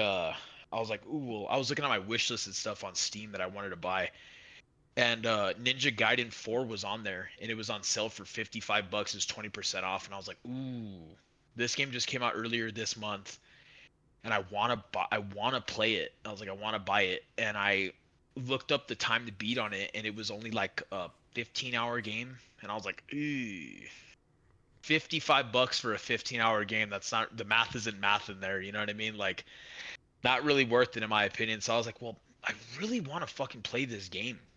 And I looked it up, and they're saying that this game stars a brand new character in the Ninja Gaiden universe. So it's like a completely different. You're not following Ryu Hayabusa anymore, which is the main character for the rest of them. And then I thought to myself, I'm like, there's a tier of Game Pass of Xbox Game Pass that's called the PC tier, and it's not $30. It's only 15, the original price of Game Pass. And I was like, is Ninja Gaiden 4 on PC Game Pass? And I looked up, yeah, it is. So I was like, oh shit, well, there you go, 15. Take my $15. I downloaded the game, and you know, with our PCs, like mine and your PC, our shit can run games looking pretty crisp and pretty nice. And it's a newer game, and dude, I'm telling you, I was like 2 minutes into the game. There's no intro cutscene. There's nothing. It just throws you into the gameplay, and the gameplay at the first like 10 minutes of the game is the intro, like to the title card and everything like that. Bro, I'm telling you, this fucking game is, dude, it might be my fucking game of the year. I'm not even joking. Like, I like Arc Raiders. I loved Expedition 33, and Expedition 33 was my game of the year. But dude, Ninja Gaiden 4 has been knocking my fucking socks off, bro. I'm telling you, this game, like, it's like I haven't, like, I've played action games before, bro, but this one has me like like dopamine just firing off in my fucking head, dude. It's so fun. It has the depth. It could be as shallow as you want it to. You could just mash Is fucking it square, square, difficult? square, square. No, but it kind of not really. There's a thing like once you get the mechanic of it down, it's not really that challenging. It's just kind of like mastering, because at first I was very much stuck on the whole like Elden Ring Dark Souls where you're pressing circle to dodge, and that's not how it is. You need to press the right trigger and then move the stick to dodge. It's very different. Hmm. It's Ninja Gaiden, so that's how it's always been. So it was hard for me to let go of that whole Dark Souls like, muscle memory. But as soon as I let go of that and I started really taking in the mechanics of the game, which is not really much, just dodging and parrying and shit like that, bro, this game is incredible. The graphics are good, the bosses are good, great enemy variety, fantastic weapon variety as well. There's like each weapon has like like it has two forms. It has its base form, and then it has like it's called a blood raven form, which it completely turns. So like the first base weapon you get is two katanas. You have one upside down, and it's like Star Killer, how you have Hmm. an upside down lightsaber and an upright lightsaber, but he has two katanas, and whenever you click left trigger, um it turns into one massive fucking like Sephiroth type So katana. it's like And Bloodborne. yeah, and yeah, basically like how you can swap between two different like forms of the weapon. Yeah. Um, bro, fucking so awesome. And What's the so? I was confused because when I asked it was difficult and you said no. What's the ninja game that's really difficult? I forget what it's called. oh, Sekiro. No, no, no, no, not Sekiro. It's not a Souls game. Because I thought that's what Ninja Gaiden was, but Well, Okay, so yeah, you're right. Ninja Gaiden is hard. Like the previous games, like Ninja Gaiden 1, 2, even the original NES Ninja Gaiden is extremely hard. But Ninja Gaiden 4, I feel like it's trying to cater towards newer players I because, like I feel said, like it has a new MC. Is that not what it is? I'm wrong though. Hold on. But Ninja Gaiden before 4 is a very fucking hard game, and that's like widely known as being a difficult game. Hmm. But this one is it's very fucking forgiving. They give you a lot of Oh, healing items. They give you I'm thinking of a lot of. Neo. Oh, Neo is hard. That's the Neo one is hard. I'm thinking of. Okay, never mind. Yeah, yeah, it's kind of like Souls-esque. I've played Neo before, but that one is it is hard. Um, I've played it before, but very little. But yeah, Ninja Gaiden 4, man. I mean I mean, I'm not really like playing it for the story. I'm playing it for like the hyper action, and it even has like the whole like God of War where they're like the enemy's health will be low and you could fucking run up to them and do like a finishing move and shit, dude. Oh my god. I have seen a couple of cutscenes. I think from like you were saying, telling me earlier, the Ninja Gaiden 2 remake. I saw some Yeah, cutscenes from it, and the cutscenes reminded me almost of like Resident Evil cutscenes, or like what's the other, like almost like Metal Gear, like yeah. Oh, well, that's another thing is like the gameplay of Ninja Gaiden 4 is like extreme, Revengeance. bro, very fucking much. It's like to me it's like Metal Gear Revengeance meets Sekiro meets Spider-Man. Like it's like a mesh of all those but like perfectly. I Oh, might bro, gotta check it out then. it is so fucking fun. It's so fun. Like it's like the thing is about that game too is like, bro, there'll be like 50 fucking enemies around you and you're just like in it's like Batman or like Spider-Man where you get Hmm. into like a flow state and you're just like dodging, hitting, dot. It's like, oh my god, bro, this is fucking so good. Yeah, literally, bro. Depending on how this game wraps up, and there's even, bro, you might love it, but there's a weapon in the game. It's fucking Wolverine claws. No way. No shit, bro. I think it's one of the last weapons you get, but it's literally two fucking Wolverine claws where you just Well like. then, what's the cool form of it? I have no idea. I haven't gotten Okay. the weapons yet, but I got spoiled on like the later weapons on through this YouTube short. But I Oh. don't I don't know what the other form of it is. But like literally though, there's weapons that like turn into complete. There's like this. It's my favorite weapon so far in the game. It's like a staff where there's two maces on the end of it, and it's like a long staff. But whenever you turn it into its Blood Raven form, it becomes a fucking massive hammer with like a jetpack on the end of it. So you're like, Oh like, shit, that's cool. That's like bro, that's like something from Warhammer. yeah, Like yeah, I forget literally, what it's called, but there's something like that in Warhammer. and man, the music is fantastic. It has like a heavy metal soundtrack whenever you're fighting like these big ass enemies, and there's even like some like techno like rave beats in there as well that like gets you like, oh my god, bro. There's fantastic level variety as well. You're not gonna see the same, like you got like a very like Black Myth Wukong type style and like area where it's like very green, a lot of like Japanese gates and shit like that. But then you also got like Akira, Neo Tokyo type levels. Then you got like an underwater like demon type area, and it's cool because you're not just limited to humanoid characters you're fighting, which are That's what personally I my was favorite. about to ask. Yeah, the enemy variety is really fucking good. You're fighting like little fish that are running around, like you're fighting demon dogs, you're fighting like Resident Evil 4 type fucking like Los Plagas characters with like machetes and shit. You're fighting um like samurais as well, and like dude, some of the bosses on that game are like Dark Souls level, like Elden Ring level type bosses where like they're like gods type shit. It's so cool, man. I if you like games like obviously like Batman, like Spider-Man, like Metal Gear Revengeance, this game's right up here. Or like Devil May Cry is another game that it's very extremely like. After I finish this game, which I'm probably gonna finish it tonight, I'm gonna buy Devil May Cry 5 on Steam right after I. I've heard 4 is good. Yeah, a lot of Devil May Cries except 2 are good. People Mm. fucking hate 2, which I don't know why. I've never played it, but Hmm. yeah, people say DMC 1, 3, 4, and 5 especially are really good games. It's probably like the Dark Souls 2 of Devil May Cry. It is. It has to be. People genuinely don't. People literally recommend to just skip that game in its entirety. Yeah.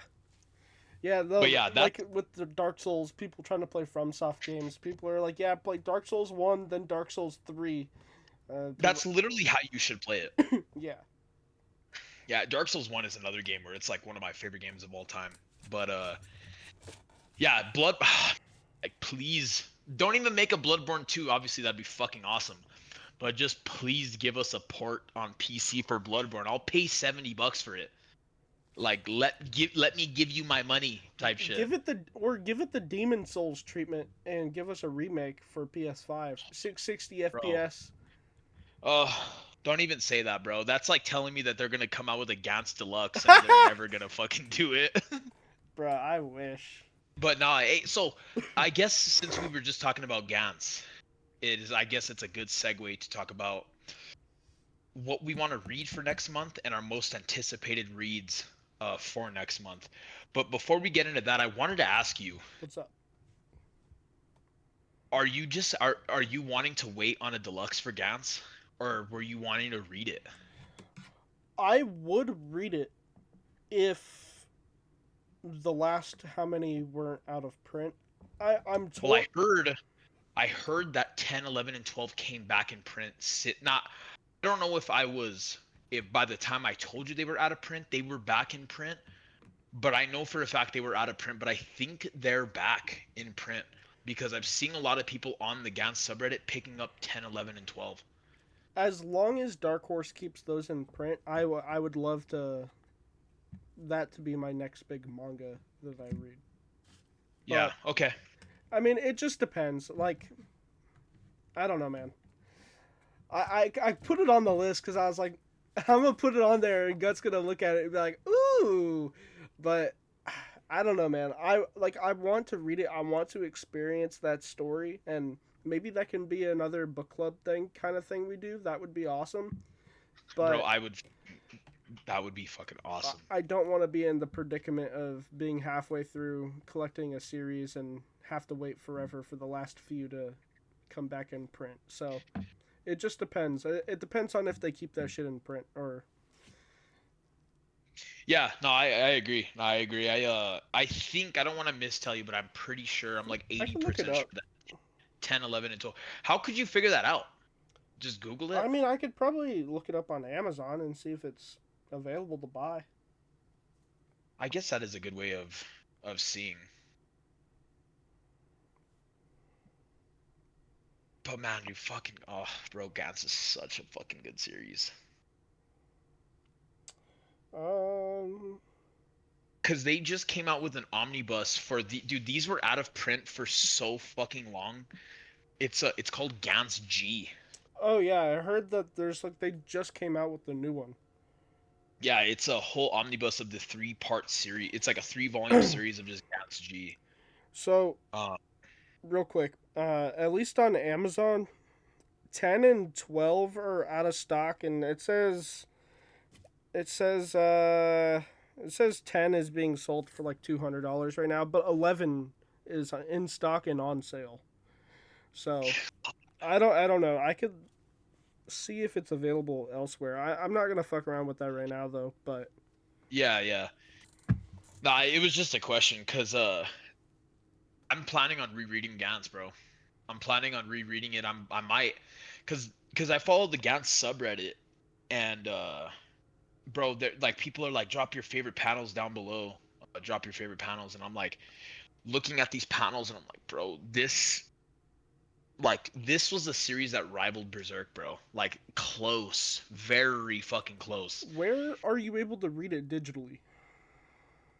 I think I read it on Manga Dex.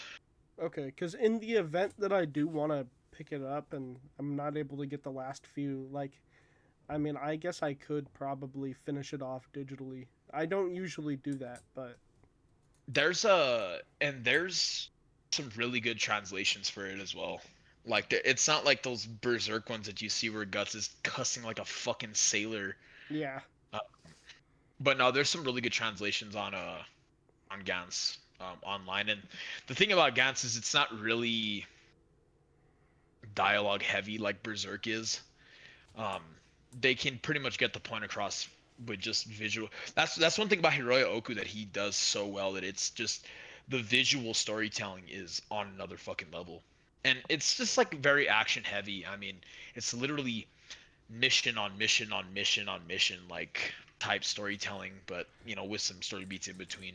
Uh, but bro, I like literally was thinking about rereading Gantz like extremely fucking soon, cause God, there's some panels in there like specifically that are like Kentaro Miura level of fucking art, bro. Like they're because the thing about Gantz is it's all digital, and there's gonna be a certain point in Berserk where you could tell where he switches from hand drawings to digital art.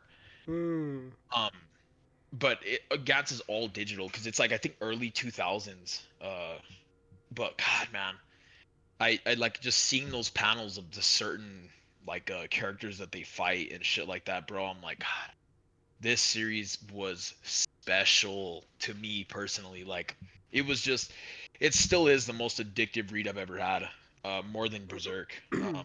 It's like one of those series where you just cannot fucking stop reading it.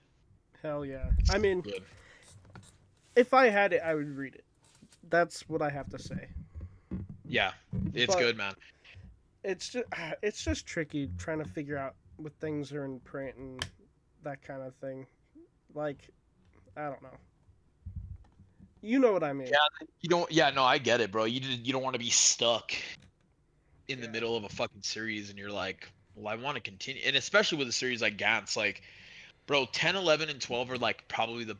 I mean, there's some like it's the most craziest fucking part of the whole manga, like 10, 11, and 12. And it's like, because Gantz is split into three different parts, if you didn't know that. But Really? yeah, if you look at the original singles run from Dark Horse, the first 12 volumes are red, and then the next 12 are blue. Is it like a time skip kind of deal? No, no, it's just a separate. It follows the same characters, but there's like a clear story arc, like shit Mm. in those diff. So like the first 12 are red, the second 12 are blue, and the last I think 10 or 11 are gray.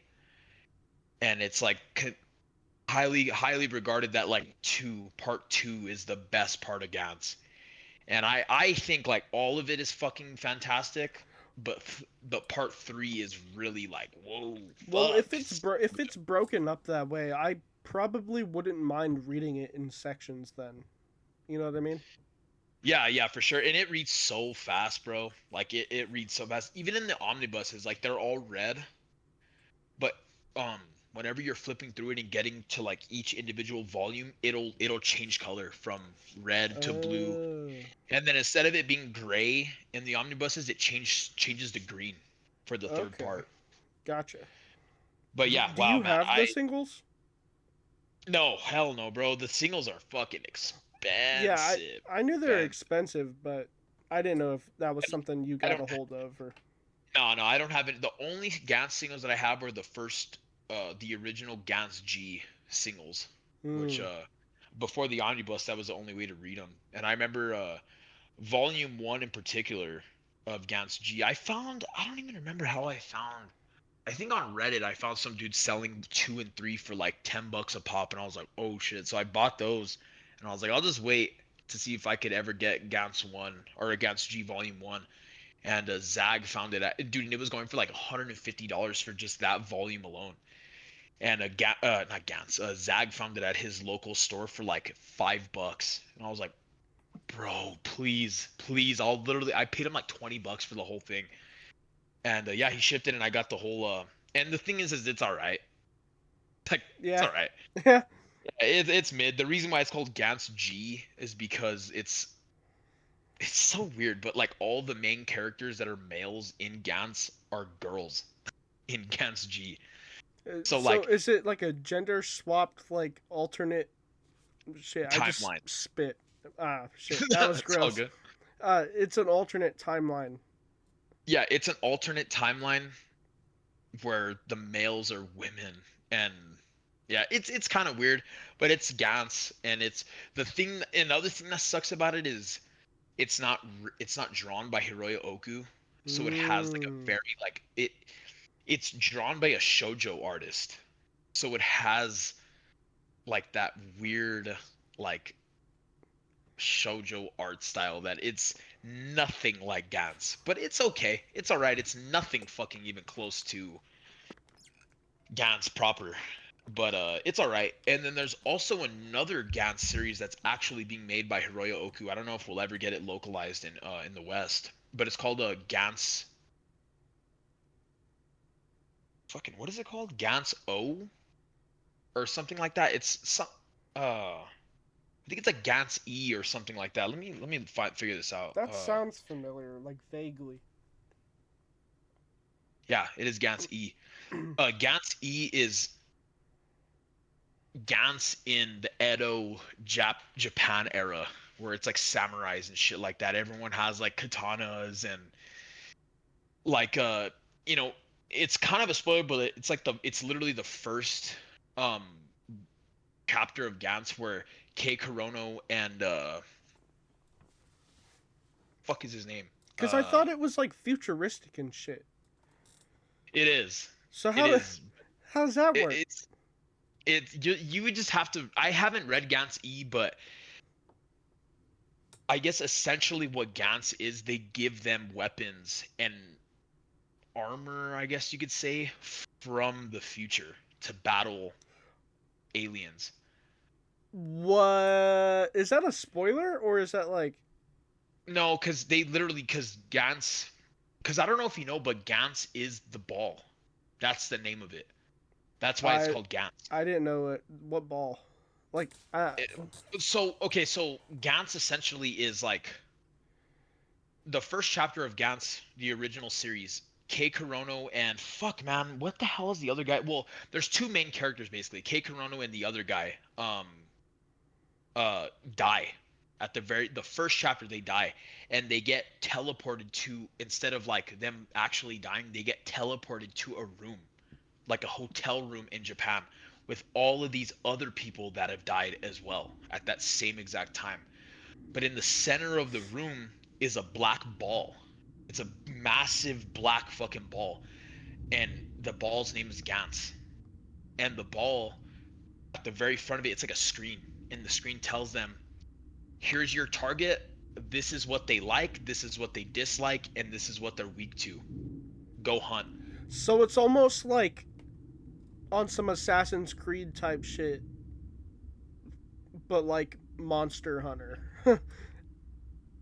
Kind of. You're just gonna have to read it. It's like weird because like the people in the manga think it's like like a Japanese game show. Like they get isekai'd into like a almost like a Alice in Borderland Yeah, kind like of deal. yeah, kinda, yeah. But like I said, they get teleported into this room with all these other people that have died as well. And the black ball Gans tells them their target, tells them how many points it's worth, and what their weakness is, what they like, what they dislike, and shit like that. And then the ball opens up on the sides and gives them briefcases with all their names on it. Like K Corona has his own briefcase, and it's a suit of armor that they all get that's like perfectly made for their It's body like those size. jumpsuits that they wear, right? Yeah, those black like gimp suits, I guess you can call them. Yeah. And they then they give them like weapons and shit like that. But as they get further and further into the hunt, I guess you could say, um, they get better and better and better weapons and shit like that. And the points have a very fucking big significance as well because it's not revealed what the points are even for. Um, Hmm. but the points get revealed like in the second half of part two, and yeah, like well, the weird thing is that these aliens that Gats is telling them to go fight are aliens hidden amongst humans on Earth. So they're sent out to go kill these aliens that are hidden amongst the humans and shit. And the threat, bro, they're like they just get harder and harder and harder and harder and harder to kill every time. And it's like, bro, you don't know, bro, fucking people are dying left and right. You don't know how they're gonna kill them, and it's just such an unpredictable manga. It It's so sounds fucking like you might like it a lot because it's very video gamey. yeah, it is. It sounds like a video game the way that you're explaining it. Yeah, and You get dude, better loot to go fight stronger bosses. Yeah, basically. And like, bro, like characters, like I said, die left and right that you think you're gonna be like mainstays in the series. Fuck no. Like it's like Attack on Titan type shit where people are fucking dying left and The right, Walking bro. Dead. The Walking Dead. That's Yeah, why yeah. that's why I compare Gantz and The Walking Dead, not in the sense of like the story, but the way it reads is very similar. Uh bro, you need to read this fucking series. Like if not, like I think the first, obviously the first omnibus would be like it definitely gives you the gist of what the rest of the series is like, but the rest, I mean, from volume 1 of the Omni, it just fucking dude gets crazier and crazier and crazier and crazier until it's not even about Gantz anymore. It's like intergalactic, like Dragon Ball, like fucking like, oh dude, it's awesome. Dude, So good. I'd be down, bro. You've Yeah, you've got you need to you've get around got to it. me you've got me intrigued. I'd be down. Yeah, it's fun, man. It's fucking fun. And it's like we were talking about, I think we were talking about it last episode or the episode before that. It's like it just triggers that teenage boy Oh like yeah, we're talking about how excitement edgy it in is. my mind.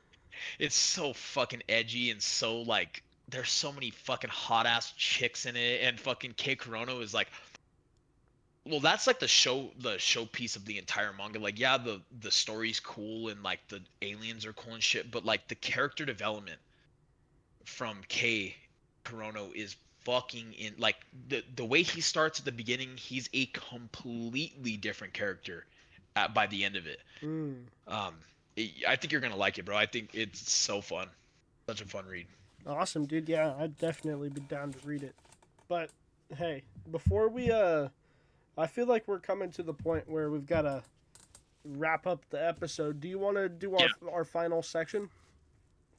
No, we're already on the final section, bro. Oh shit, we are. Yeah, because that was one of my most anticipated Oh shit, my bad. reads.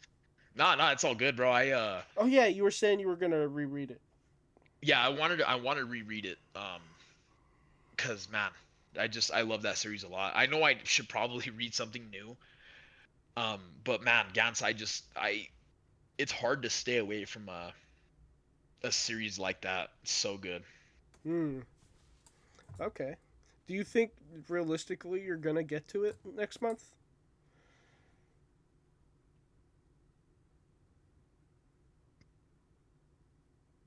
Probably not because I want to finish Immortal Hulk, and I'm Hmm. halfway through that, and I'm kind of feeling myself pulling away from it a little bit. I just need to like hunker down and finish it. For sure. Um, but whenever I finish that, I'll probably hop on Gantz because for me, Gantz it reads so fast. Like you can fucking knock out two omnibuses in 40 minutes, literally. Wow. That. Yeah, it's probably not like that fast. Probably like an hour and 20 minutes. But dude, it's quick. It's really quick. Okay. Shit. Do you have any other things you're looking forward to, or is that about it? I'm looking forward to Viking Moon and Skinbreaker this week, or DCKO as well. I'm looking forward to those three monthly pickups because Skinbreaker. I mean, I really enjoy that one. I can't wait to see where it goes. I mean, I'm like really um, what am I trying to say? Like unpredicted, where I don't even know where the fuck this series is gonna go because of that time skip that we were talking about early in the episode. I don't even know where the hell this shit's gonna go. I'm intrigued, but also I'm kind of like, I wanted to see that whole kind of story arc of his life kind of play out instead of it just being at the fucking tail end of, like, he just got Chief, tail end of his life. Like, I Yeah. so I'm excited to see that, but I guess I'm most excited for Viking Moon, man. I'm really excited for Viking Moon. And you know what's weird? I was on Comic Geeks, and Volume 4 comes out before Volume 3. What? Yeah, like the You solicit says mean it might have issue? changed. Did I say, what did I say? You said volume. You meant issue? Yeah, issue. Yeah, look, let me go to Viking Moon. It says, come on. Not able to go to the whole. Let me just look it up. Yeah, last time whenever I was like wish listing my books that I wanted to get this week, um it was saying something like, yeah, Volume 4 comes out January 21st, and Viking Moon number 3 comes out February 25th. Hmm. It's probably a bug or something. Not a bug, but like a mistake. Yeah, it has to be. Because I'm Yeah. like, the fuck? That's weird. But yeah, Viking Moon's another one that I'm really hyped about because I just thought it was a fantastic first issue. I can't wait to see where that series goes. I love the whole like Vinland Saga mixed with kind of like a Predator type story in a way. Yeah, I can't wait to see where that goes. And then DCKO is a given. I can't wait to see where that goes as well. Even though I wasn't too big of a fan of the first issue, I ever since you mentioned Firestorm versus Sub Zero, I'm like, bro, that needs to fucking happen. I don't think it will, but that's like a given. It's like Scorpion versus Sub Zero. It's like a given type matchup. Well, they confirmed that we're getting Superman versus Homelander. So. I hope Superman fucks Homelander up. Oh, absolutely. He has to. He has to. I hope But so. Homelander is such a It's piece of gonna be shit. like a. It's gonna be a one shot. That's like a DCKO one shot. I have to pre-order that. I'm gonna probably. Is it solicited yet? I don't think so. I haven't seen it. Whenever it comes on the solicits, I have to tell my LCS to fucking order it for me because I'm not missing out on that. I Yeah, am not. that's gonna be awesome, dude. I wonder who the guest characters are gonna be fighting. Like Annabelle. Who you said Annabelle might fight a Joker, right? Yeah, that was also confirmed. Yeah, Oh, Annabelle that versus was confirmed. Joker. Yeah, yeah, yeah. That's so cool. I really hope Sub Zero fights Firestorm. Firestorm, man. Yeah, dude. And to be honest, I wouldn't be fucking mad if Sub Zero fucking rips Firestorm's head off or some shit. Like that would be sick. Like I Yeah. don't mind on that one. But I don't see it going in all DC's favor, honestly. Like I could definitely see Superman beating the shit out of Homelander, but then it would just be kind of like odd if all the DC characters whooped all the guest characters' asses like right off the rip. You know what I mean? Yeah, but I at the same time though, I think it might just be like a one-off kind of gimmick thing. I don't at the same time I don't see these guest characters actually progressing in the main DCKO tournament though. You know what I mean? Yeah, yeah, I could see that. I just think it would be a little weird if like all of them lost in their first battle. Yeah, nah, I get that. I don't know. We'll just have to see what happens. Yeah, but yeah, DCKO I'm excited for. Escape Yeah, number look. 4, I can't wait to see where that goes. Because Escape number 3 left off on a fucking awesome note where I'm like, it just feels like a war movie in an anthropomorphic like comic book, which is, I mean, that's exactly what it is. It's so cool, man. I'm loving Escape. It's probably one of my favorite ongoings besides Battle Beast. Battle Beast is that shit March, or what is it, May or March? For what? Oh, Battle Beast. March. March needs to come around faster because I Yeah. want to see fucking Battle Beast come back, man. That's my favorite ongoing, but behind that is probably Escape. That's probably the best ongoing that I'm reading currently. Hell yeah, dude. Yeah, no, Battle Beast, dude. That the way that that ended, bro. Fucking awesome. I can't wait for what's to come, dude. And we both know who's Oh coming. yeah. Oh yeah. That character, the guy that's coming, is fucking just a menace in the whole Invincible universe, man. He's just like, yup. Yeah, He's just that fucking that thorn in everybody's side. You can't get rid of him, man. He's just that dude. You know what I yeah. mean? And Battle Beast is that dude as well. So, I mean, we obviously know how it's probably gonna end, I but mean, there's only one way it can end, and that's it's gonna be like a draw. yeah, Because you got to think of where the story takes place. Because the very beginning of Battle Beast is his first appearance, right? Which is yeah, very early on in the series, and that's far before the war arc in Invincible. So that yeah. character You're that character that's gonna end up fighting Battle Beast doesn't even show up in Invincible yet. So right. Until way later, way yeah, later. Yeah. Yeah. Yeah, I'm excited, man. I can't wait to see because with the character that we're alluding to, that guy tends to find a way to come back to life multiple fucking times. So Yeah. we'll see. We'll see what goes down. I'm excited. I hope that battle lasts a couple of issues because I want to be anticipating the next like part of that fight. I hope it's not just a single issue's worth of Oh, you know fighting between the two. But knowing Kirkman, man, like I think the Conquest versus Invincible battle was like 5 6 issues long. it was something like that. Yeah. So yeah, I don't doubt Kirkman will satisfy our Battle Beast needs. Yeah. But that's what I'm excited for, man. I'm gonna try to finish up obviously the Golden Age. I'm gonna finish up um Immortal Hulk.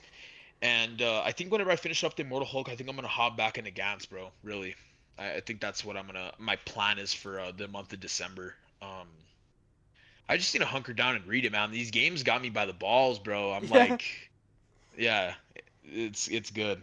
I mean, it's just shit that I enjoy, so I don't really mind, taking a little break from Immortal Hulk and shit like that. But what about you, bro? Anything you're anticipated? What is your month looking like? Bro, let me tell you.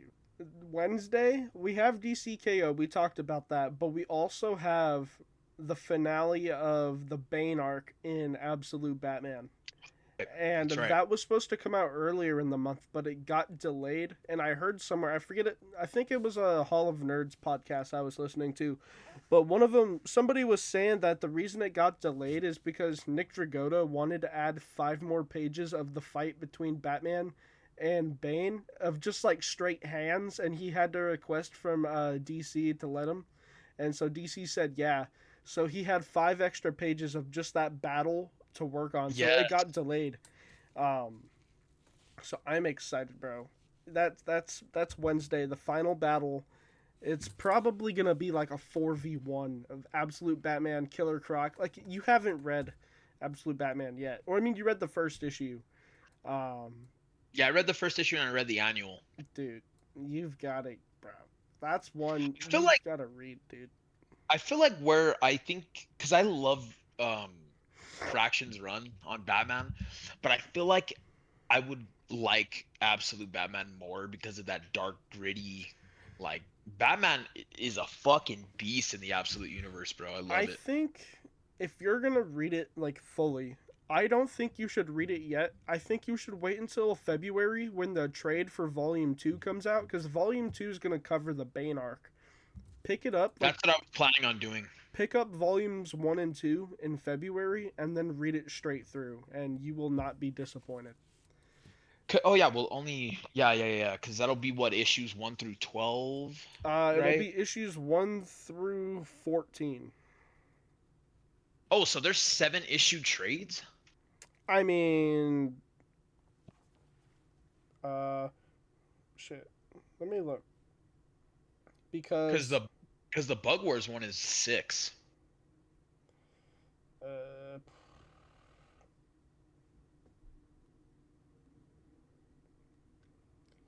this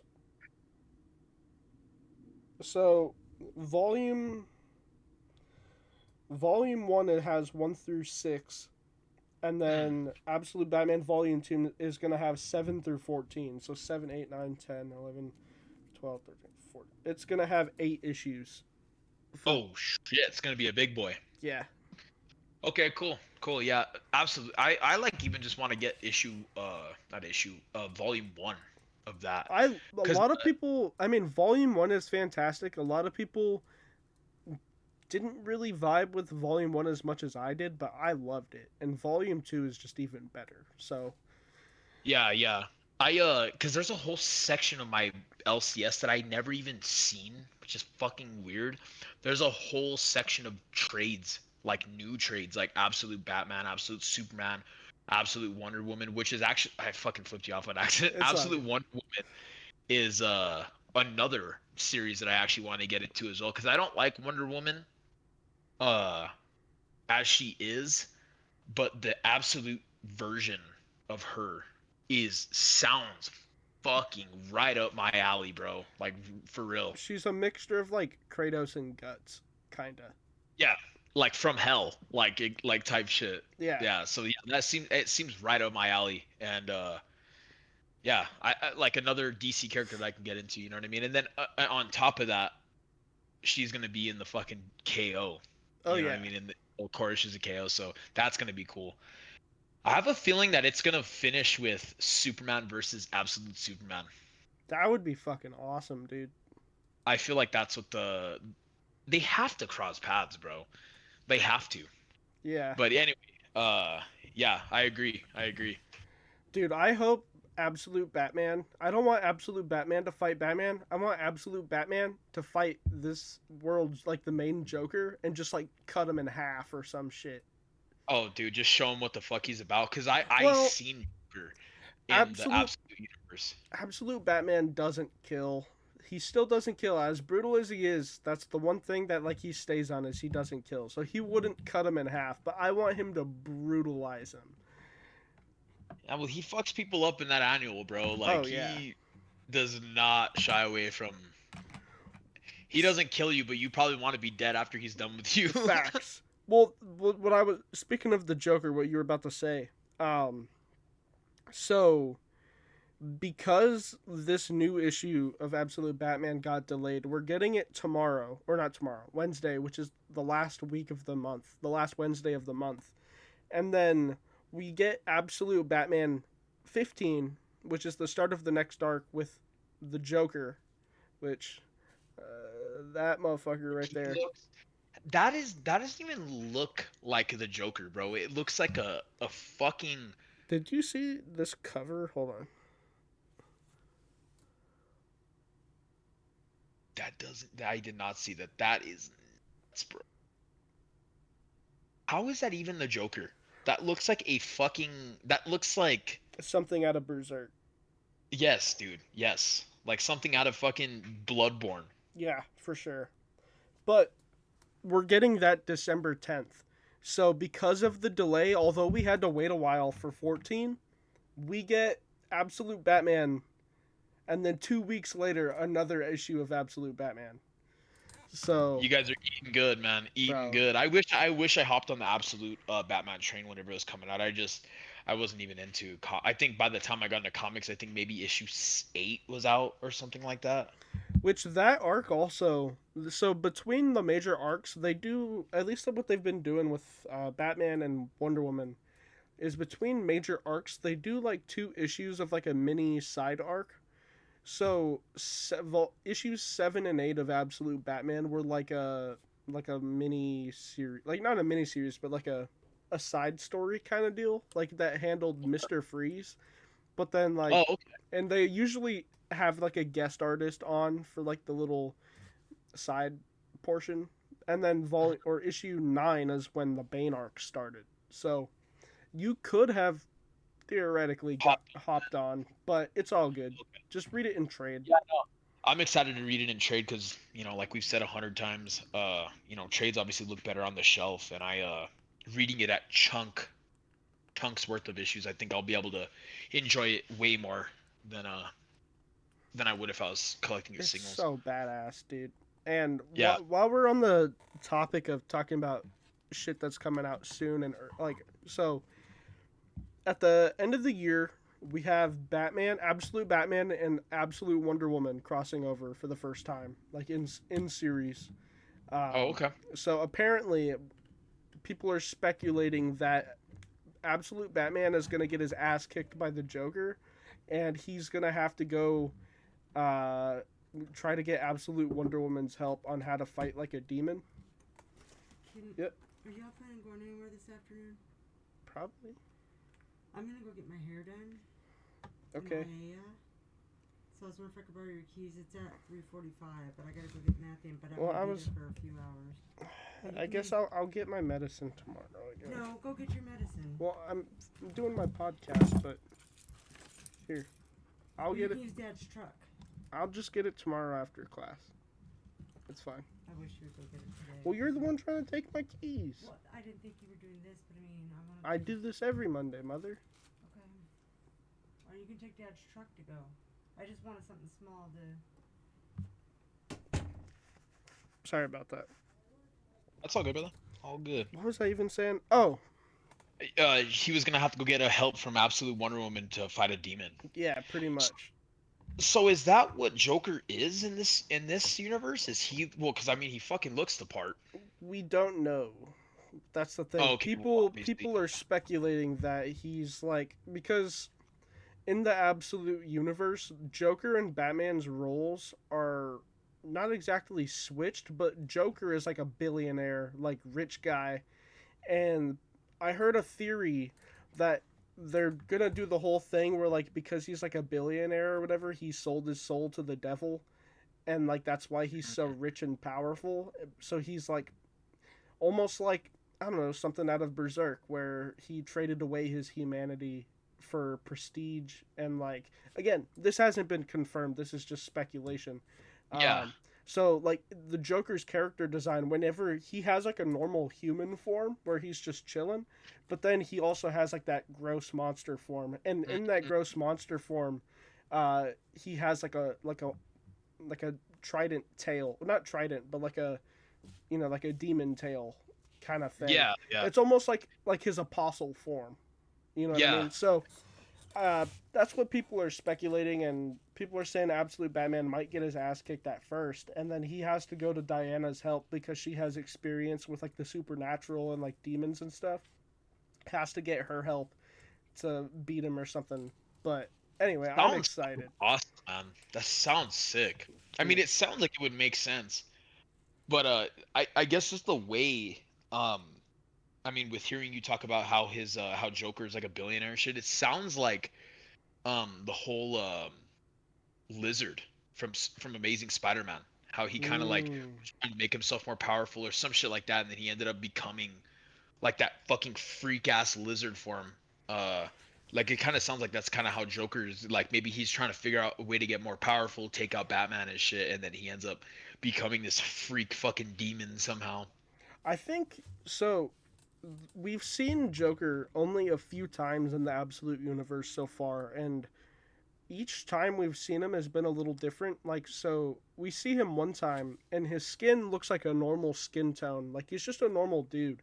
But then we see him another time, and his skin becomes like white, like how the Joker normally is. And then we see now we have images and like covers of this crazy form.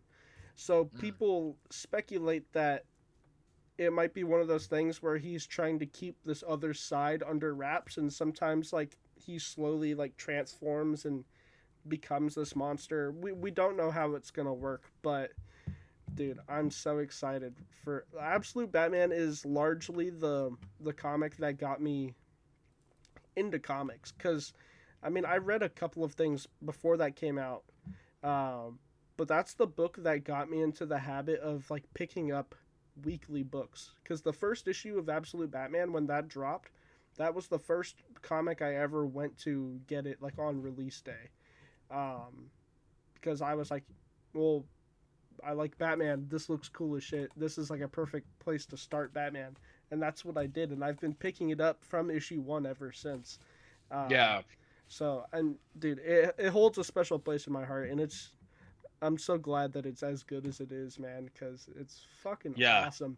And Scott Snyder, and he said him and Nick Dragotta have like 40 issues planned out or something, like it, like because Hey, oh, they're trying to end the Ultimate Universe for Marvel.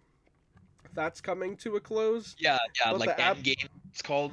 yeah, but the Absolute Universe isn't anywhere close to being done. So I'm so excited. And then we have solicits now. We're getting a Poison Ivy for like the next little mini arc. Oh, okay, cool, cool. So Yeah, Absolute Batman is one that I really wanted to fucking get into. I can't wait for those trades. I love Nick Dragotta's art too, bro. Like in East of West, that I his style it fucking fits Batman perfectly. Like it slots right into that whole, Gotham vibe. It's fucking perfect. I wish he was on more books, man. I was talking to Alex on my Discord server. Uh, Yeah. Old fellow, but he's a good guy. He's a good guy. He's a weirdo. Shout out to Alex. No, but he was talking. He just finished East of West earlier, And I was talking to him about it, and I was telling him like Nick Dragotta falls into a similar category as Ryan Otley for me, where one of my favorite artists and just knocked it out of the park on this like pretty big indie book, and then isn't really on many other books. You know what I mean? Like Yeah. I wish Ryan Otley and Nick Dragotta both were on more stuff. Yeah, for sure. I But love his art, man. It fits in that universe perfectly. absolutely, no pun intended. Yeah. Ah. But yeah. uh, Other than that, for like single issues and stuff, like I don't know what I plan on reading next because I'm reading some Batman. We got Berserk. I honestly, man, I mean, don't hold me to it, but I might get on that Immortal Hulk. We'll see what happens. okay. Um, Yeah. if not that, then maybe like the Donny Cates Thor omnibus. Like, I don't know. Yeah. I'm kind of floating around what I'm gonna read next after, but we'll see what happens. Yeah. Speaking of like comics, I guess like instead of manga that I'm most excited for, I want to fucking get around to that Donny Cates Venom. Oh I yeah, really I really want to read that. I want to get into that whole like King in Black. I know that's like the tail end of the whole omnibus, but I want to read that omnibus bad, bro. I love it. I love Venom, and like just even reading that last Venom Black, White, and Blood issue that I had. Oh my god, it was so good. So yeah, I'm in the mood for some Venom, man. I'm in the mood for, I guess not Venom in particular, but I'm in the mood for some dark fantasy, like Berserk, obviously, for but sure. like Gantz and Venom, and obviously the later half of Berserk. Um, yeah, I'm just like in a mood for like some dark fantasy type shit. Absolutely. No, I totally get that, man. Um, One thing that I forgot about that I read the other day that I wanted to tell you about. I read the new volume of Geiger, bro. I see your review on it. Loving it. Dude, Geiger is one of the best indie series I have ever read in my fucking life, bro. And No shit. that's saying a lot because you know how I feel about East of West and Invincible.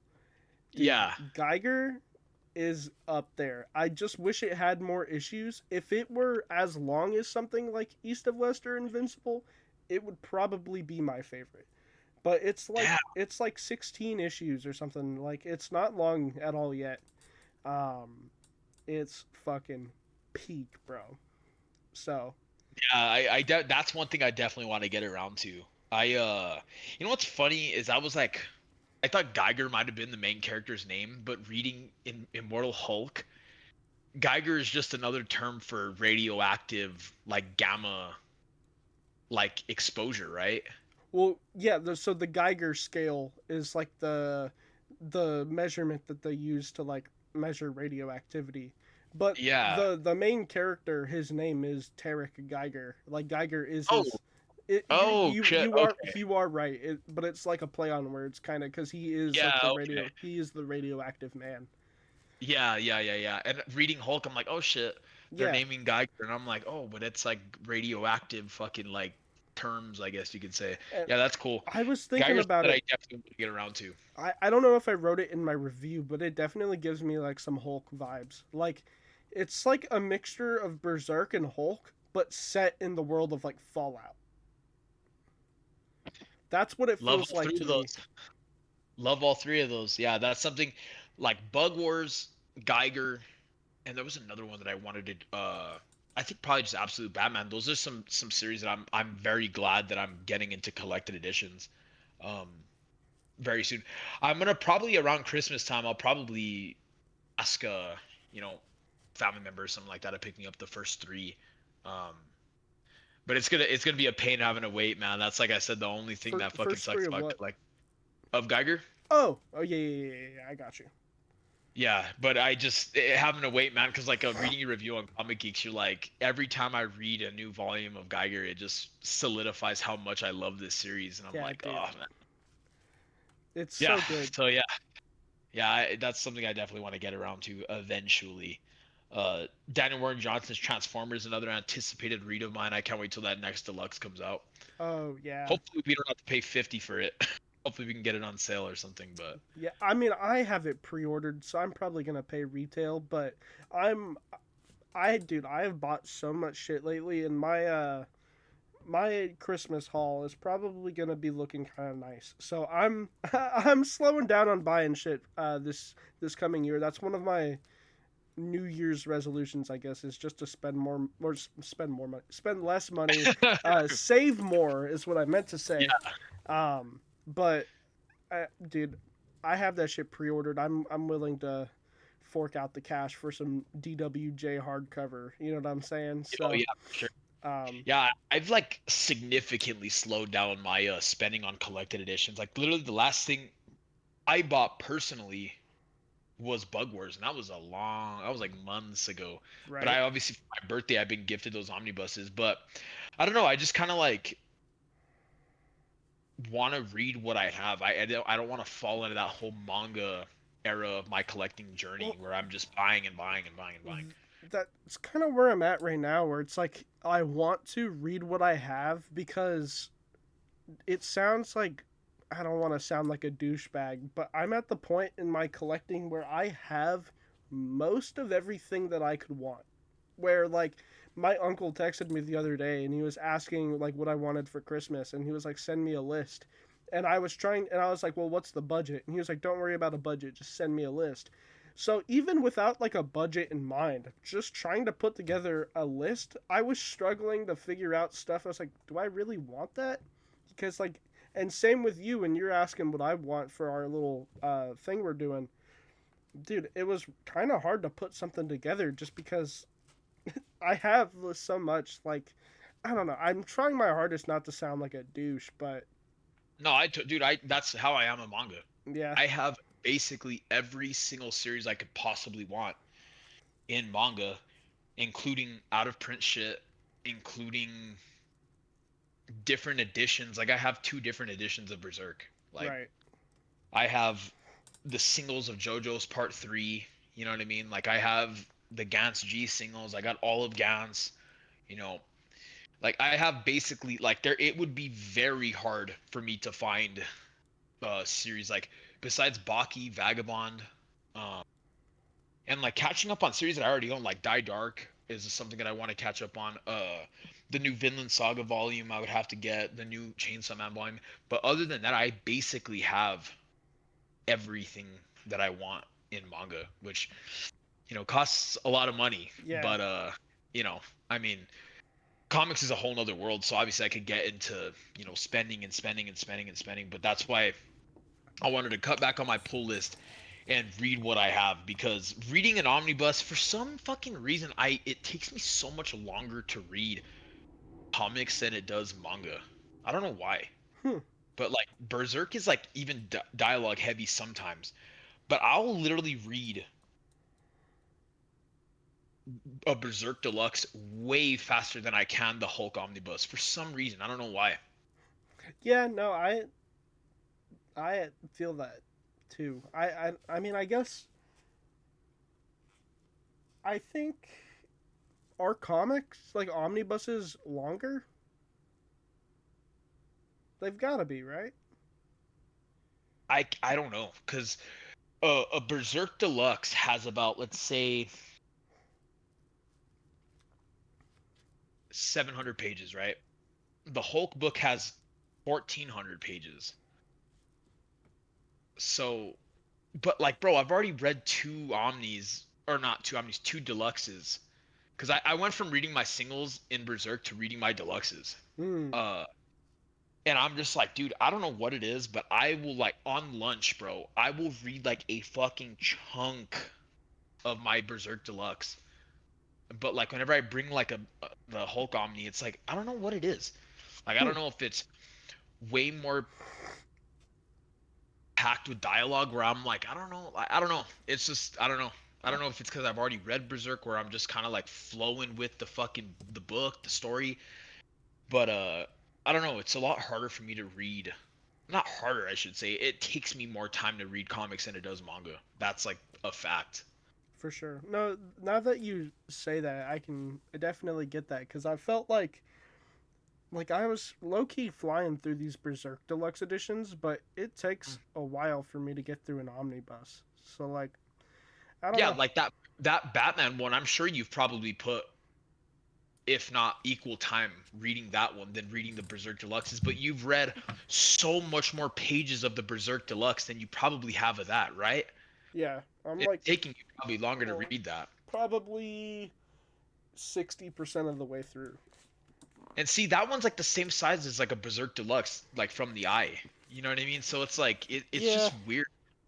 Like I don't know what it is about comics that takes a significantly longer amount, because you would think one size book like Immortal Hulk would be quick, just like a Berserk Deluxe, but no, it's not. It takes some time to read. I don't know if it's because it's way more dialogue heavy, or if Berserk is just that well written, which it obviously is. But yeah, I don't know. I don't know what it is. It's weird. yeah. No, I get that. I never really put much thought into that, but you're absolutely right. Yeah, but I guess with that, bro, I guess we could wrap up this episode. We don't really have too much. We don't have any other topics to talk about. If you have any closing thoughts you wanna hit me with? Not really, man. I'm just excited to read more Berserk, and hey, this is 5 issues in episode Bro, 5, bro. we're halfway to our annual, bro. Our annual, dude. If we do one every week, what an annual would be like 42 then or something. How many weeks are in a year? 52. 57, I think. Oh, 57 or 52, some shit like that. It's in yeah. the 50s. Okay. Yeah. Yeah, We'll but see. I hear what you're saying. No, that'd be a fucking, that would be the day whenever we get our annual out there. You know what I mean? Yeah, yeah, yeah.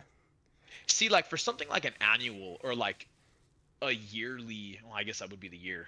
Uh, maybe like every like a comic, maybe every 12 episodes we could do like a special where we do um like a bracket, like a tournament bracket where we put my fucking side of like, let's say like DC, Marvel, Berserk characters versus yours, and we could ask like Chat GBT or some shit like to see who would win in To a do like fight a or some shit power like that. scaling, kind of like Yeah, just like a fucking power around. scaling thing.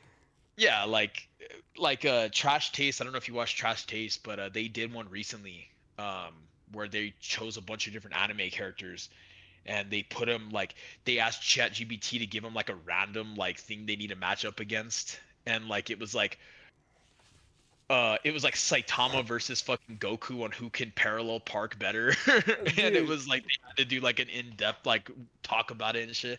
Super cool idea.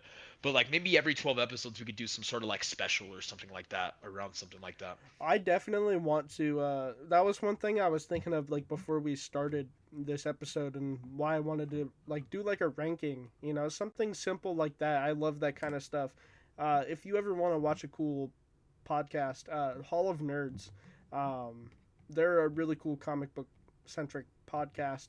But they do stuff all the time. Like they'll do drafts where like you have to like draft like your team of characters. Like they'll be like, okay, we're gonna do an X-Men draft where like you have to draft mutants or like DC characters or just comic characters in general. Or they'll do something. They'll do like where am I, almost like a Guess Who, but like of like comic book locations. Like Oh, okay. almost like a Yeah, like geo guesser, but like comic book geo guesser, like kind of deal. yeah, Or like yeah. That'd be cool, man. like That'd be definitely cool. 20 questions kind of shit. You know what I mean? Like, Trying to figure out who that character is. yeah, Yeah. See, like that would be cool, man. Like we could do like a 20 questions annual, or not annual, but like every 12 issues that we do. that'd Maybe be we could do sick. something like that. But yeah, man, But yeah, guys. that's about it. Oh shit, sorry. Oh, it's Yeah, all that's good. it. Yeah. No, I appreciate everyone watching. It's been a good time. Always a good time chopping it up with my boy MLGman. Yes, sir. Hope you guys enjoyed. If there's any thoughts, any comments, anything you guys want to talk about down in the comments, we'll join you in that conversation. And again, we're still early on in our Berserk book club read through. If you guys want to hop on that train, I suggest you guys hop on it now before we get to the point of no return, which me and Luke already are. But after this next episode that we're gonna do on Berserk, it's gonna be full blown spoilers from here on out.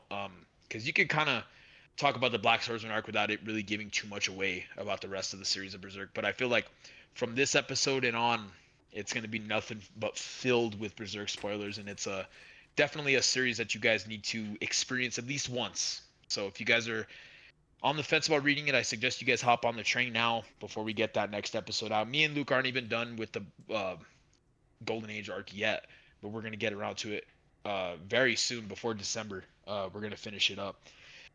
But yeah, with that being said, guys, I really appreciate everyone hopping in. Thank you guys so much for watching. It's been Xboxgut. MLGman. Appreciate you guys. Have Later. a good one, y'all.